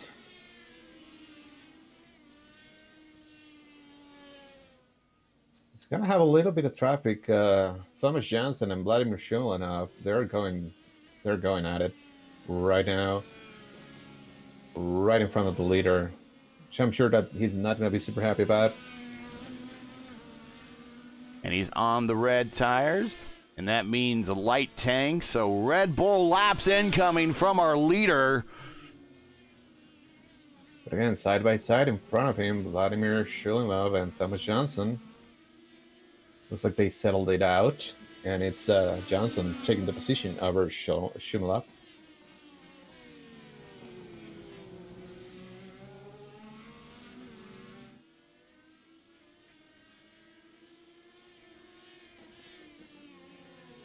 To go. Once again, if you're just joining us, you are watching P1's coverage of the IIS Saturday Top Split presented by 4D Racewear, coming to you from Sebring. Where currently Jaden Munoz, who has dominated this day, currently leads with about 10 laps to go. Thanks for joining us. Make sure to smash the like button, subscribe to the channel so you don't miss out on the next race. Next race for us is March 21st at 4 p.m. There'll be a special Friday presentation of the Saturday Top Split, when we go and follow the series to Auto Club Speedway in Fontana for 300 miles of 220 miles per hour wheel-to-wheel drafting action at the former 2-mile speedway that is now, I don't think, ever going to be used again for anything, and it's such a shame. That is next. That is not next Friday, but it's Friday the 21st, 4 p.m. We'll be doing the 4 p.m. splits right here on P1. So I was wondering what was going on with Van Sant. He just went and pit again. After the last pit stop, he lost a wing in a net code contact with Max Reed-Miller, which, you know, it's unfortunate. So he had to go and fix that wing, and now he's down to 11th. We also saw Jimmy Maceda, Juan Sanchez going in for their last pit stops. So we're done. That's it. No more pit stops or program pit stops. Let's see how fast. I did not see. Oh, let's see this. I'm watching the battle here with what happened. I didn't see where the damage happened, because he looks like he went, at least on my screen, went to pit road with 2 wing planes and came off with 2. Now, if you just get a bent wing, I don't know. We'll see here as he's watching Reed-Muller. That was a little wide. What happened here? Yeah, that's where it happens. That's where it happens. A little bit of net code. And the damage occurs there. And it must be more severe on Alex's screen than mine. That's unfortunate. Alex was recovering from a bad start and pretty much recovered it all. 1:39.7 for Jaden Munoz, but that's not enough for the fastest lap because Kevin Burrell actually did it a couple laps earlier with 1:39.3. Pablo Munoz Espes is there still that time, stuck. 1:38.9. Yeah, Munoz is stuck behind. Who's this? He is stuck Sanchez, behind Sanchez. Yeah, And, Sanchez is not giving way. and the Vice City car there. So Yeah, that really hasn't helped. I don't think Jaden will be happy about this, considering he's being held up and losing a little bit of time. Well, Because, Sanchez wants to stay on the lead lap, and 8 laps to go. He's spent the entire race on the lead lap. The last thing you want to do in the closing stages is, fall down that lap. But he's going to do it. I don't blame him for fighting, but there is also etiquette involved here. I mean, the thing is, if there were, full course cautions, I would completely understand it. But with 8 laps ago, 7 laps ago, in a track this long, it's like, whatever. Qualifying underway Let's see. at St. Petersburg, but don't go anywhere. We got 8 laps to go here as Munoz is doing the weave down the Ullman Straight. I'm not quite sure he really needs to. I don't know why he's breaking the draft of Sanchez. I think at this point, focus on hitting your marks and finish this thing out. I think he's trying to warm him up. He's going for the fastest lap. All right, here we go. We'll see if he gets that Red Bull lap. Munoz, He's using every inch of the track. he is. Wow. Munoz, Espes, Burrell, Akabuizi, and Caligari, your top 5. It has been like that pretty much the entire second half of the race. Reed Mueller, Matsada, Kovney, Sandberg, and Lundy, your top 10.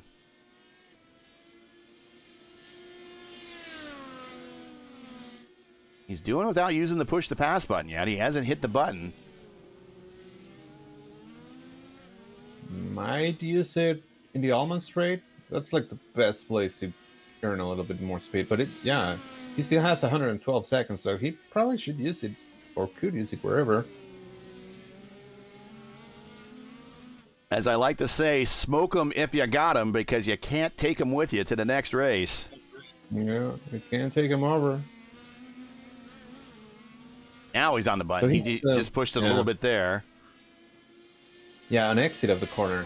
So it gives you a little bit more torque. That's the cool, interesting thing that I've seen many drivers do this time by. Here we go. Expect to see him push it here. There he is, on the button.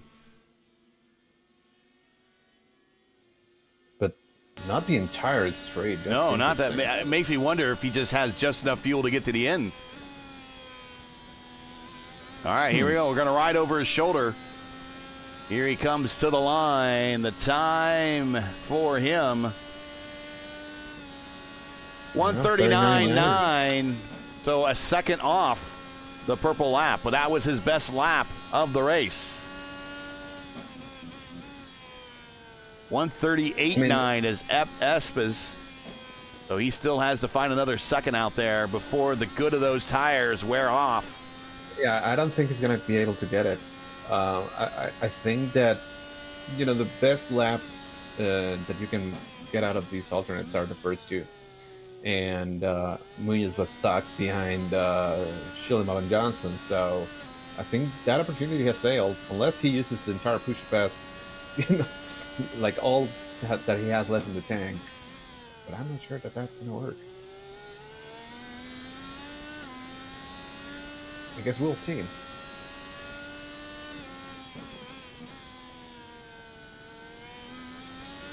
What a great drive for both Matsuda and Masita. Up 12 for Matsuda, up 15 for Masita. Very clean races from both of them. All right. Currently riding with our leader with 6 to go. There you see on his dash, he is on the push to pass button with the lights blinking on his wheel there. Now he's off the button. 82 seconds remaining. He's going to press it here, I think. Yeah.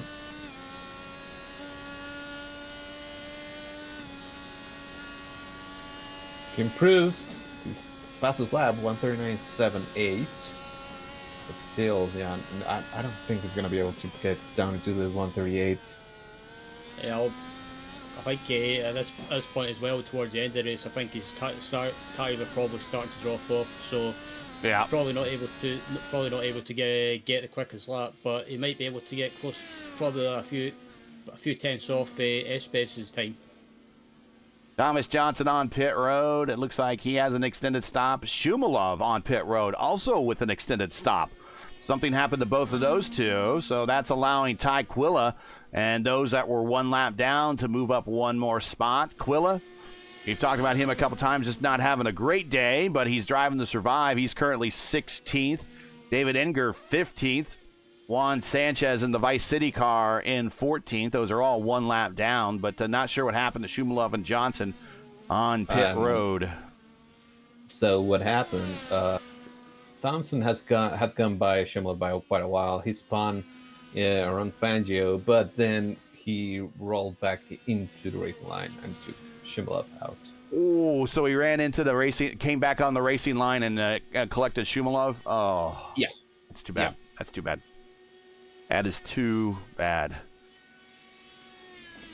And you got to watch. You got to watch your etiquette there. You got to make sure. I know everyone when they spin out, the next thing they want to do is they want to get on back onto the racing surface. But you got to watch your relatives. You got to watch what around you because you can take out another car. Might even be protestable. I'm not sure, but you hate seeing that because that is errors that can be avoided. Yep. Munoz is closing in on Jesper Orman there. Orman currently running 13th, last car on the lead lap. Yep, up 11 spots. Not our biggest gainer at the moment. Our Luis Gonzalez Nunez driver of the week is JB Masada right now, who is up 15 spots. Yeah, really, really good race from Masada.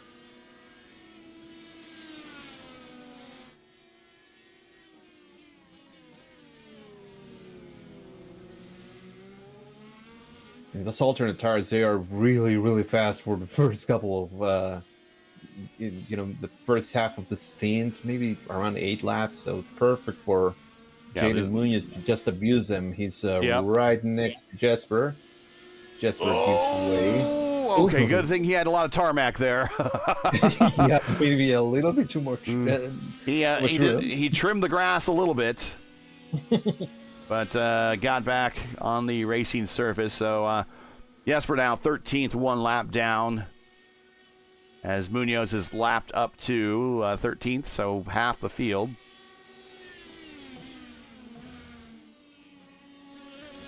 And currently, the closest battle we have in track is still Archie Cavaney and Carter Lundy.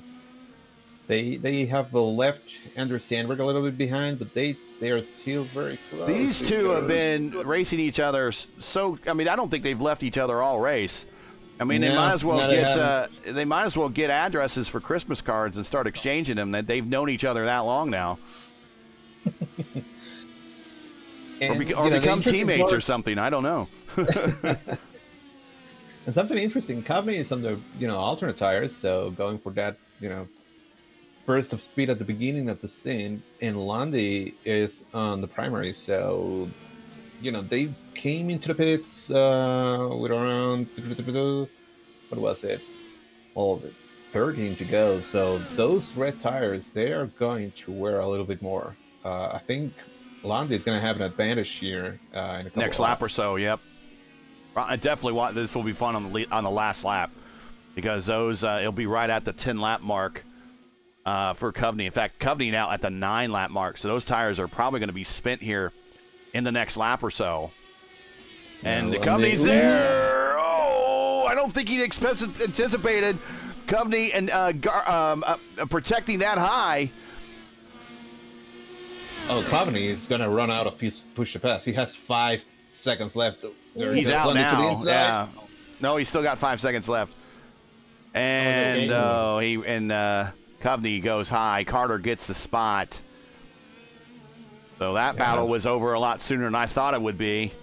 Munoz and Epps on the button right now, trying for that ultimate lap. And I don't think Munoz is going to get it. That was a 140.2. Yeah, I think his tires are gone. I mean, he's using every inch of the racetrack and then some of the dirt on the exit of turn 1 there.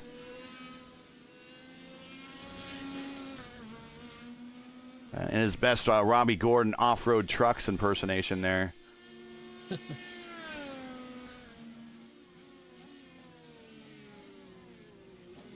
So let's see if Munoz wants to get by JB Masita. If he does, then we're going to have only 11 cars on the lead lap.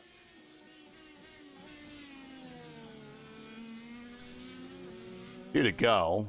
Here is your push to pass remaining for everybody. 25 seconds for our leader. Espis 20, Burrell 20, Akabuizi 42, Caligari 47. Matsuda Riedmuller on the button now. 39, 20, 97 for Lundy, 5 for Coveney. Lundy closing in on the right on Riedmuller as well. We're watching that one now.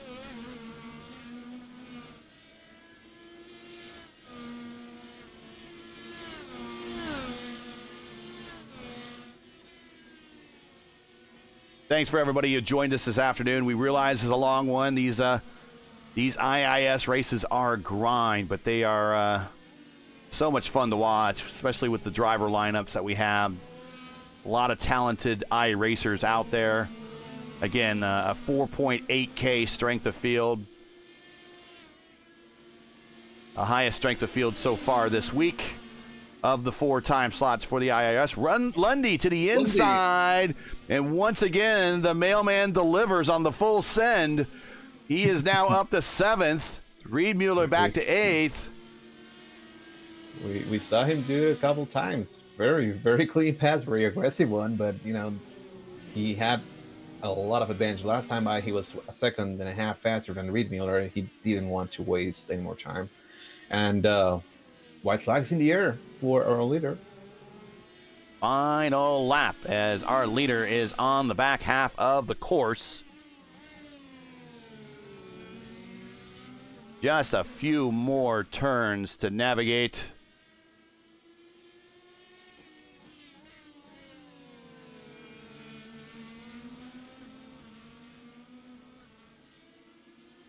And again, we don't see domination of this sort very often. And when we do, it's a very special occasion with a very special driver, because the parity of everybody in these cars, it's so close. And he has put a hurt on this entire field. Now, is he going to put JB down, or is he going to he's going to show mercy to JB? I think he might show mercy to JB. Oh, he definitely did. He lifted a little bit. Yep. JB owes Jaden a favor at the end of this one. Our winner for round 1 of the 2025 IIS season here at Sebring, Jaden Munoz, with a big dominant win. Pablo Espis, his teammate, coming off the final corner. He sees a checkered flag for 1-2 for the Williams eSports team at the top of the podium. And the general, Kevin Burrell, keeps the march going for Fiercely Forward. And he's going to come home in 3rd. And not a bad day for Fiercely Forward either, as their other driver, Hamilton Akabuizi, who was slipping and sliding all over the place earlier in the race. He's going to come home very quietly for a P4 for Fiercely Forward 3-4.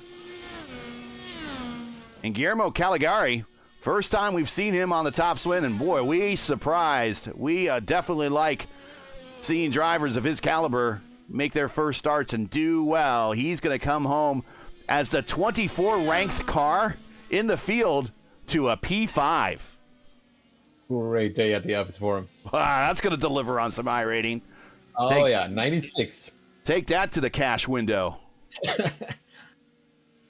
Hayato, what a great race. He's right coming out of Sunset Bend, up 12 spots to P6. Hayato Matsuda, known safe driver. Great to see him perform well.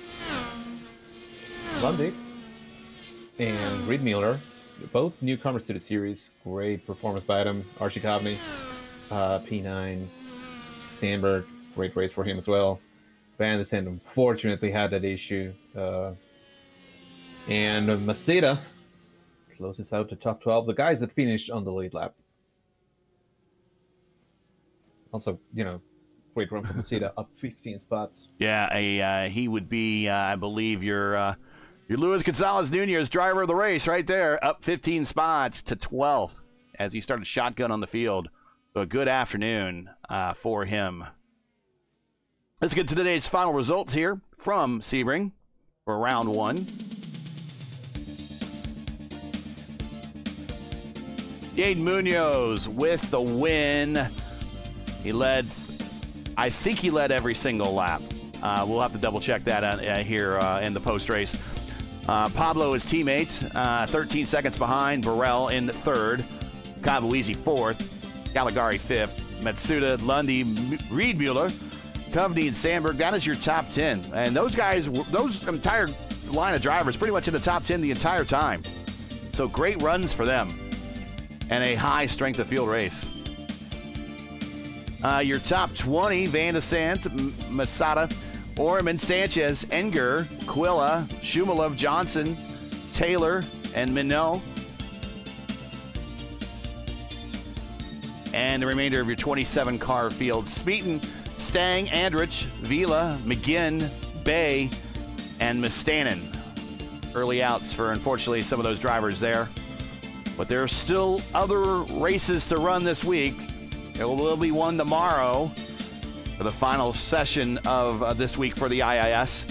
And then we go off to Fontana Auto Club Speedway here in a couple weeks.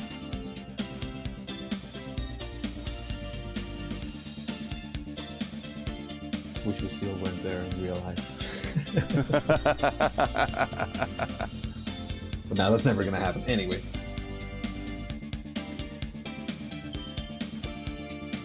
All right, let's get some replays queued up and see if anybody does pop into the interview room to talk to us. Kevin should be there. I'd like to see the winner, first or second place, pop in, but they might not know we're doing this. But we try our best to.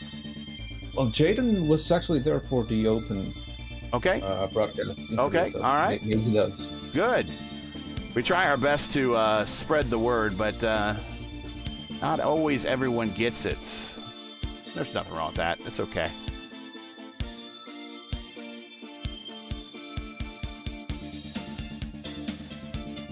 Kevin Burrell, here we go.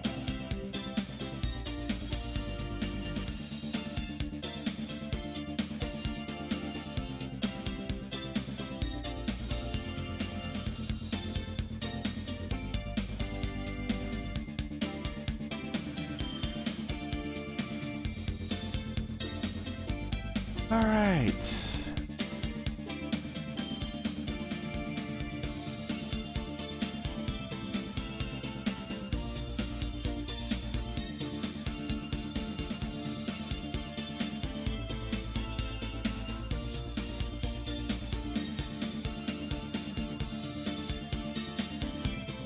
All right. Cue the music out and let's check out the interview room.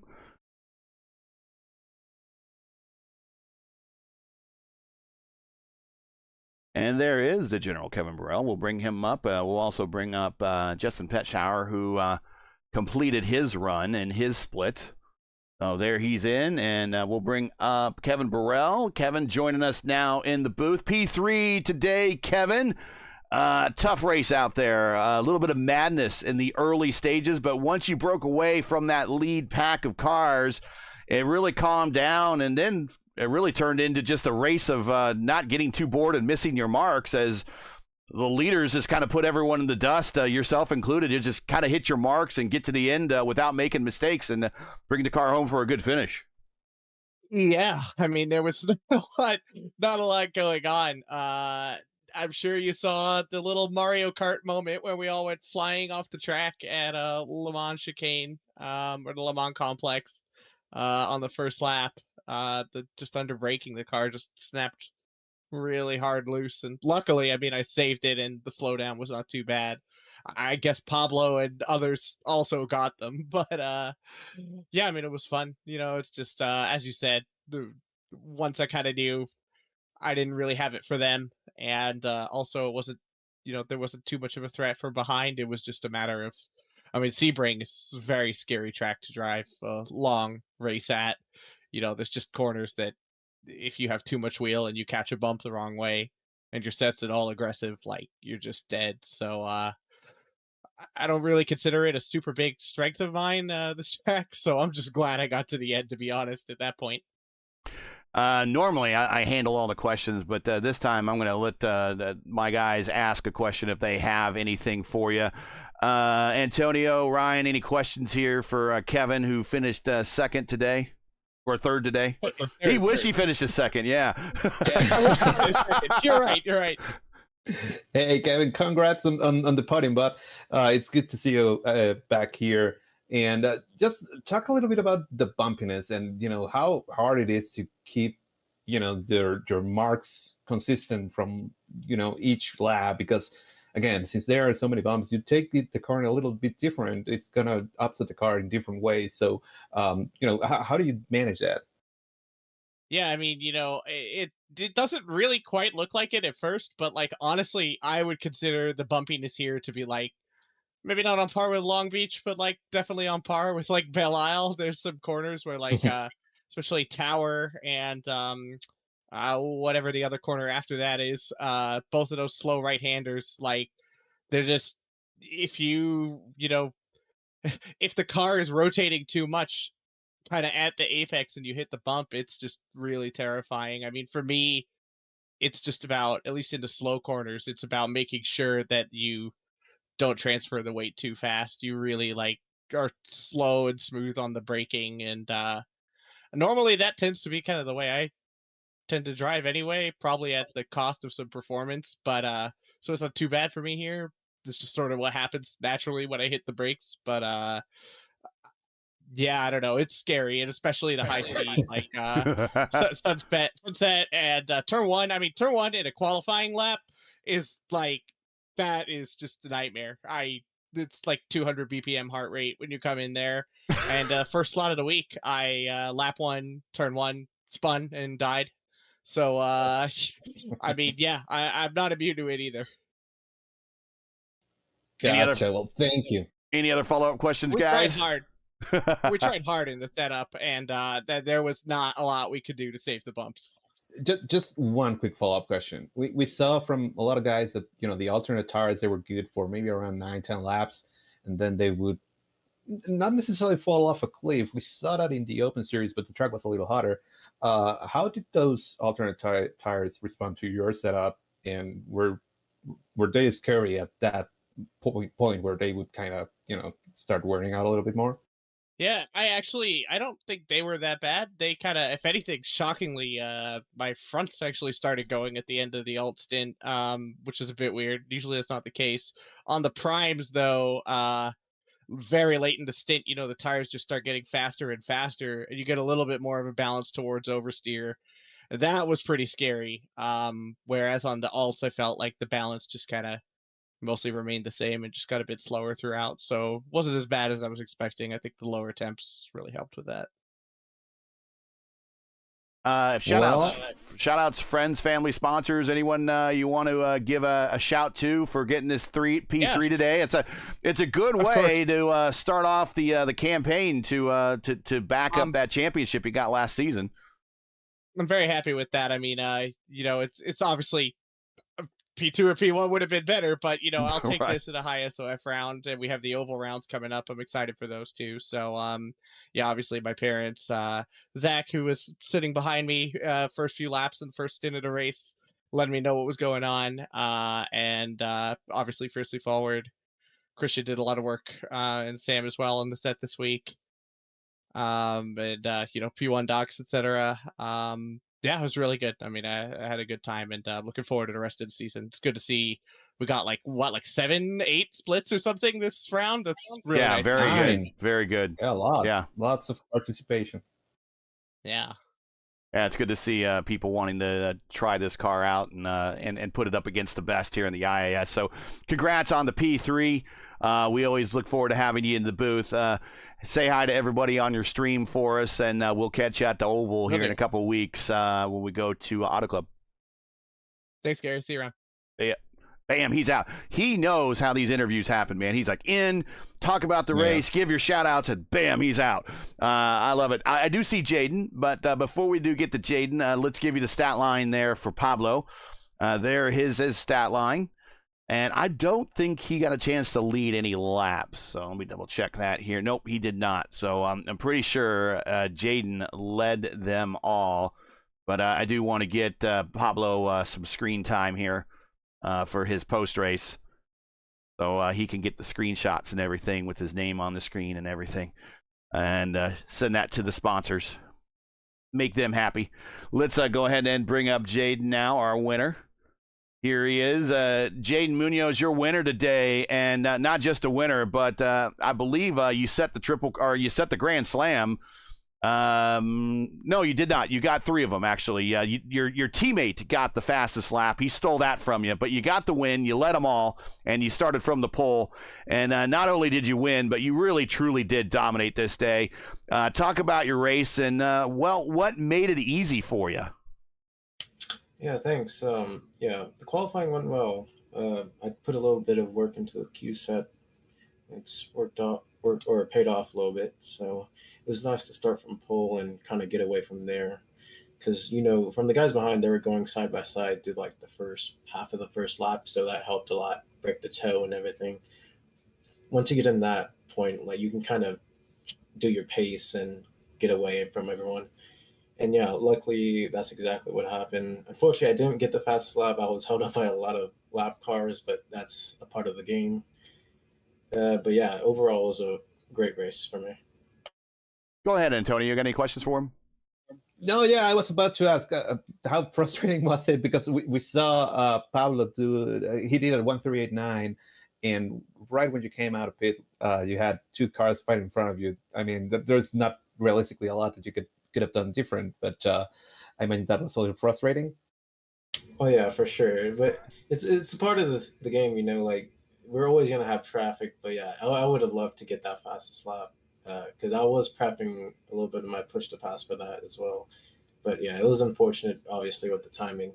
But I mean, I still got the win anyway, so I think I'd rather have the win than the fastest lap. So. For sure. Before we give you any shout outs, it is good to see those that participated in the Butt Kicker series showing up to the IIS. Are you using the IIS for anything to learn about the Butt Kicker series coming up later this late summer and fall? And do you plan on running the entire IIS schedule? Oh yeah, for sure. I'm going to try to do as many weeks as I can. But yeah, the main thing is to like focus for the Butt Kicker series, because last year we were very new to the car. It was our first few months with the car, and we were very clueless with it. So we're trying to get a head start this year and understand the car, and hopefully we can perform a lot better than we did last year. Well, we are completely biased, and we feel that this is the best car on the entire service. So we hope that you are enjoying it and enjoying your time. I love this car. Well, we love hearing that. So get more of your buddies out here to drive the car as well. We'd love to see more. But a good day for you and your team, top step and second step of the podium. Any shout outs, friends, family, sponsors you want to say hi to before we let you go? Yeah, I want to thank my team, Williams eSports, and my teammates, and Pablo for racing. He also helped out with the setup the past week. So yeah, thanks to him, and thanks for everyone watching and supporting me. Well, thanks for showing up for the interview. Thanks for being here.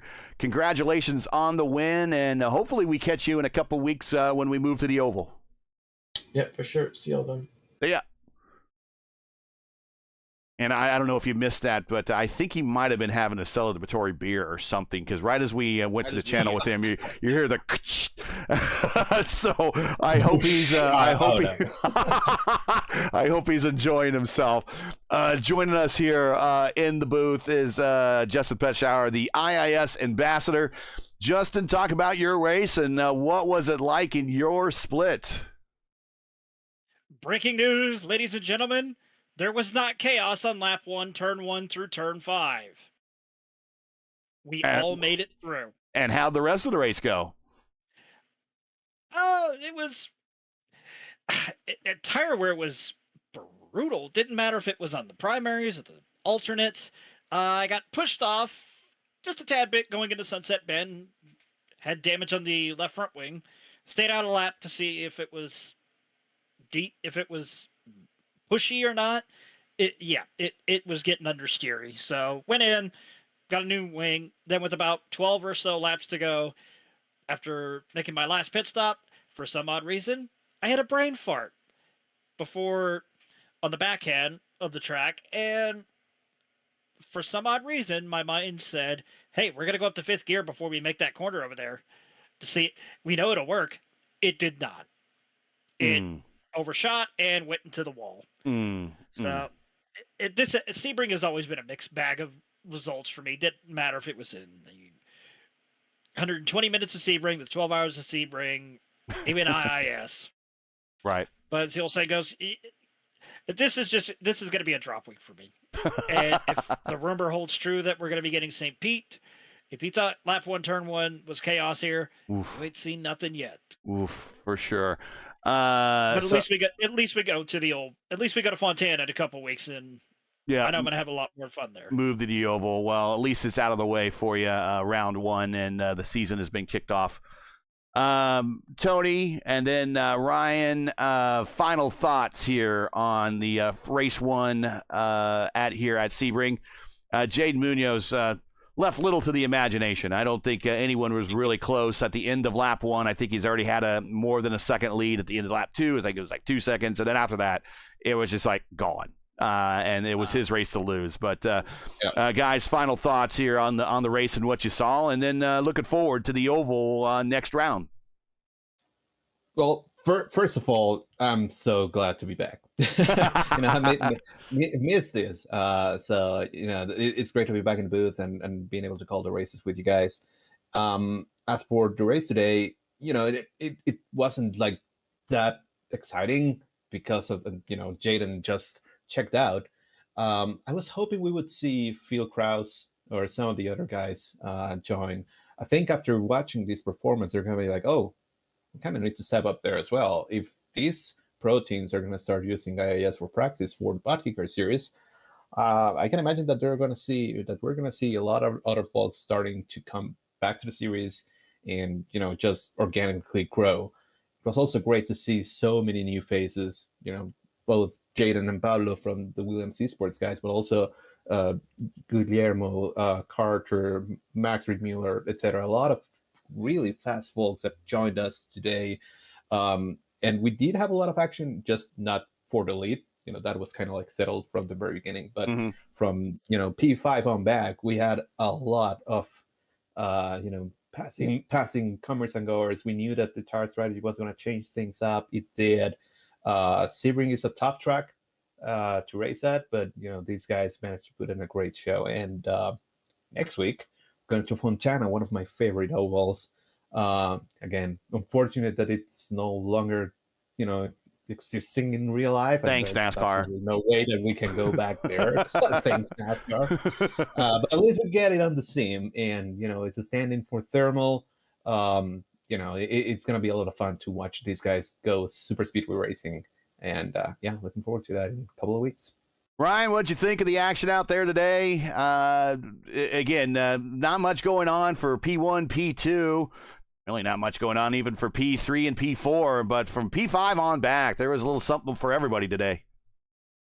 Yeah, absolutely. First of all, it's good to be back, as Tony mentions. But yeah, great racing throughout the field, and Jaden Munoz put on a masterclass, and I don't think once he got away, I don't think his win was ever in doubt. But plenty of good drives throughout the field, and I think it's a good preview for the season ahead. And again, like Tony says, I'm looking forward to Auto Club Speedway as well. One of my favourite oval tracks, and just a shame it doesn't get used in real life anymore because of another series kind of just right. taking it away. But I'll leave it there.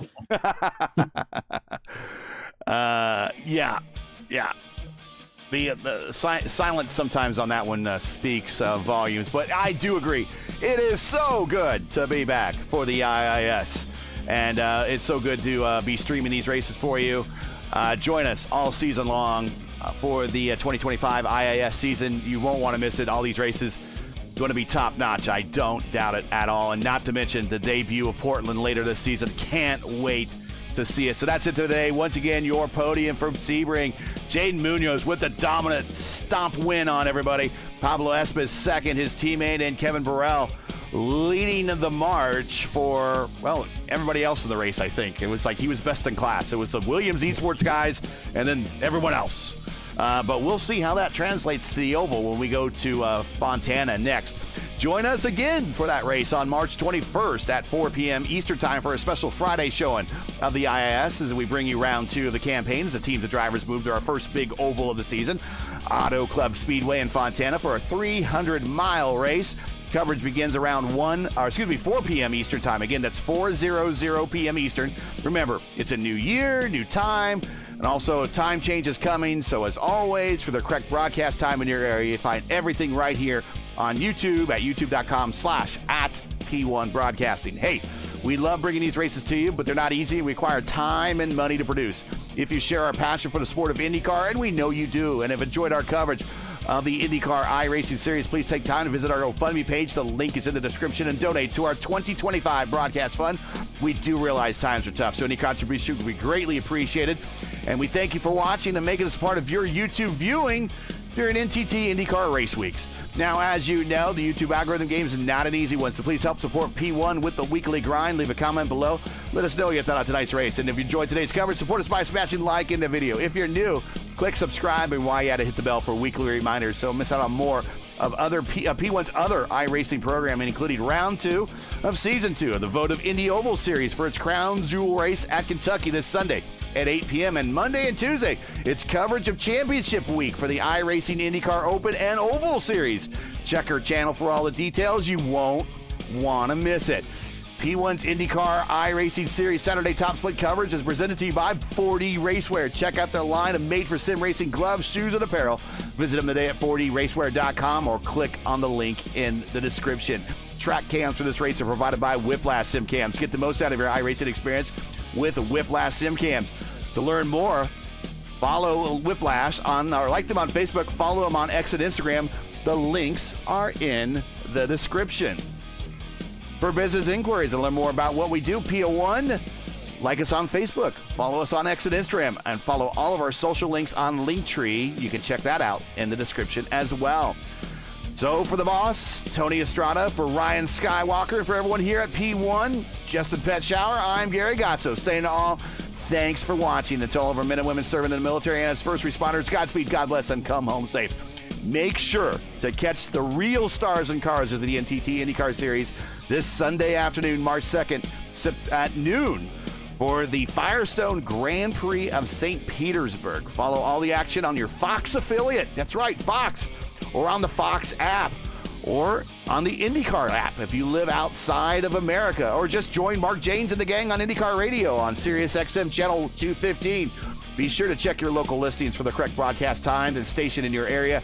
You can catch us all again March 21st at 4 p.m. in Fontana for the next race of the IndyCar iRacing Series Saturday Top Split on P1. Good night.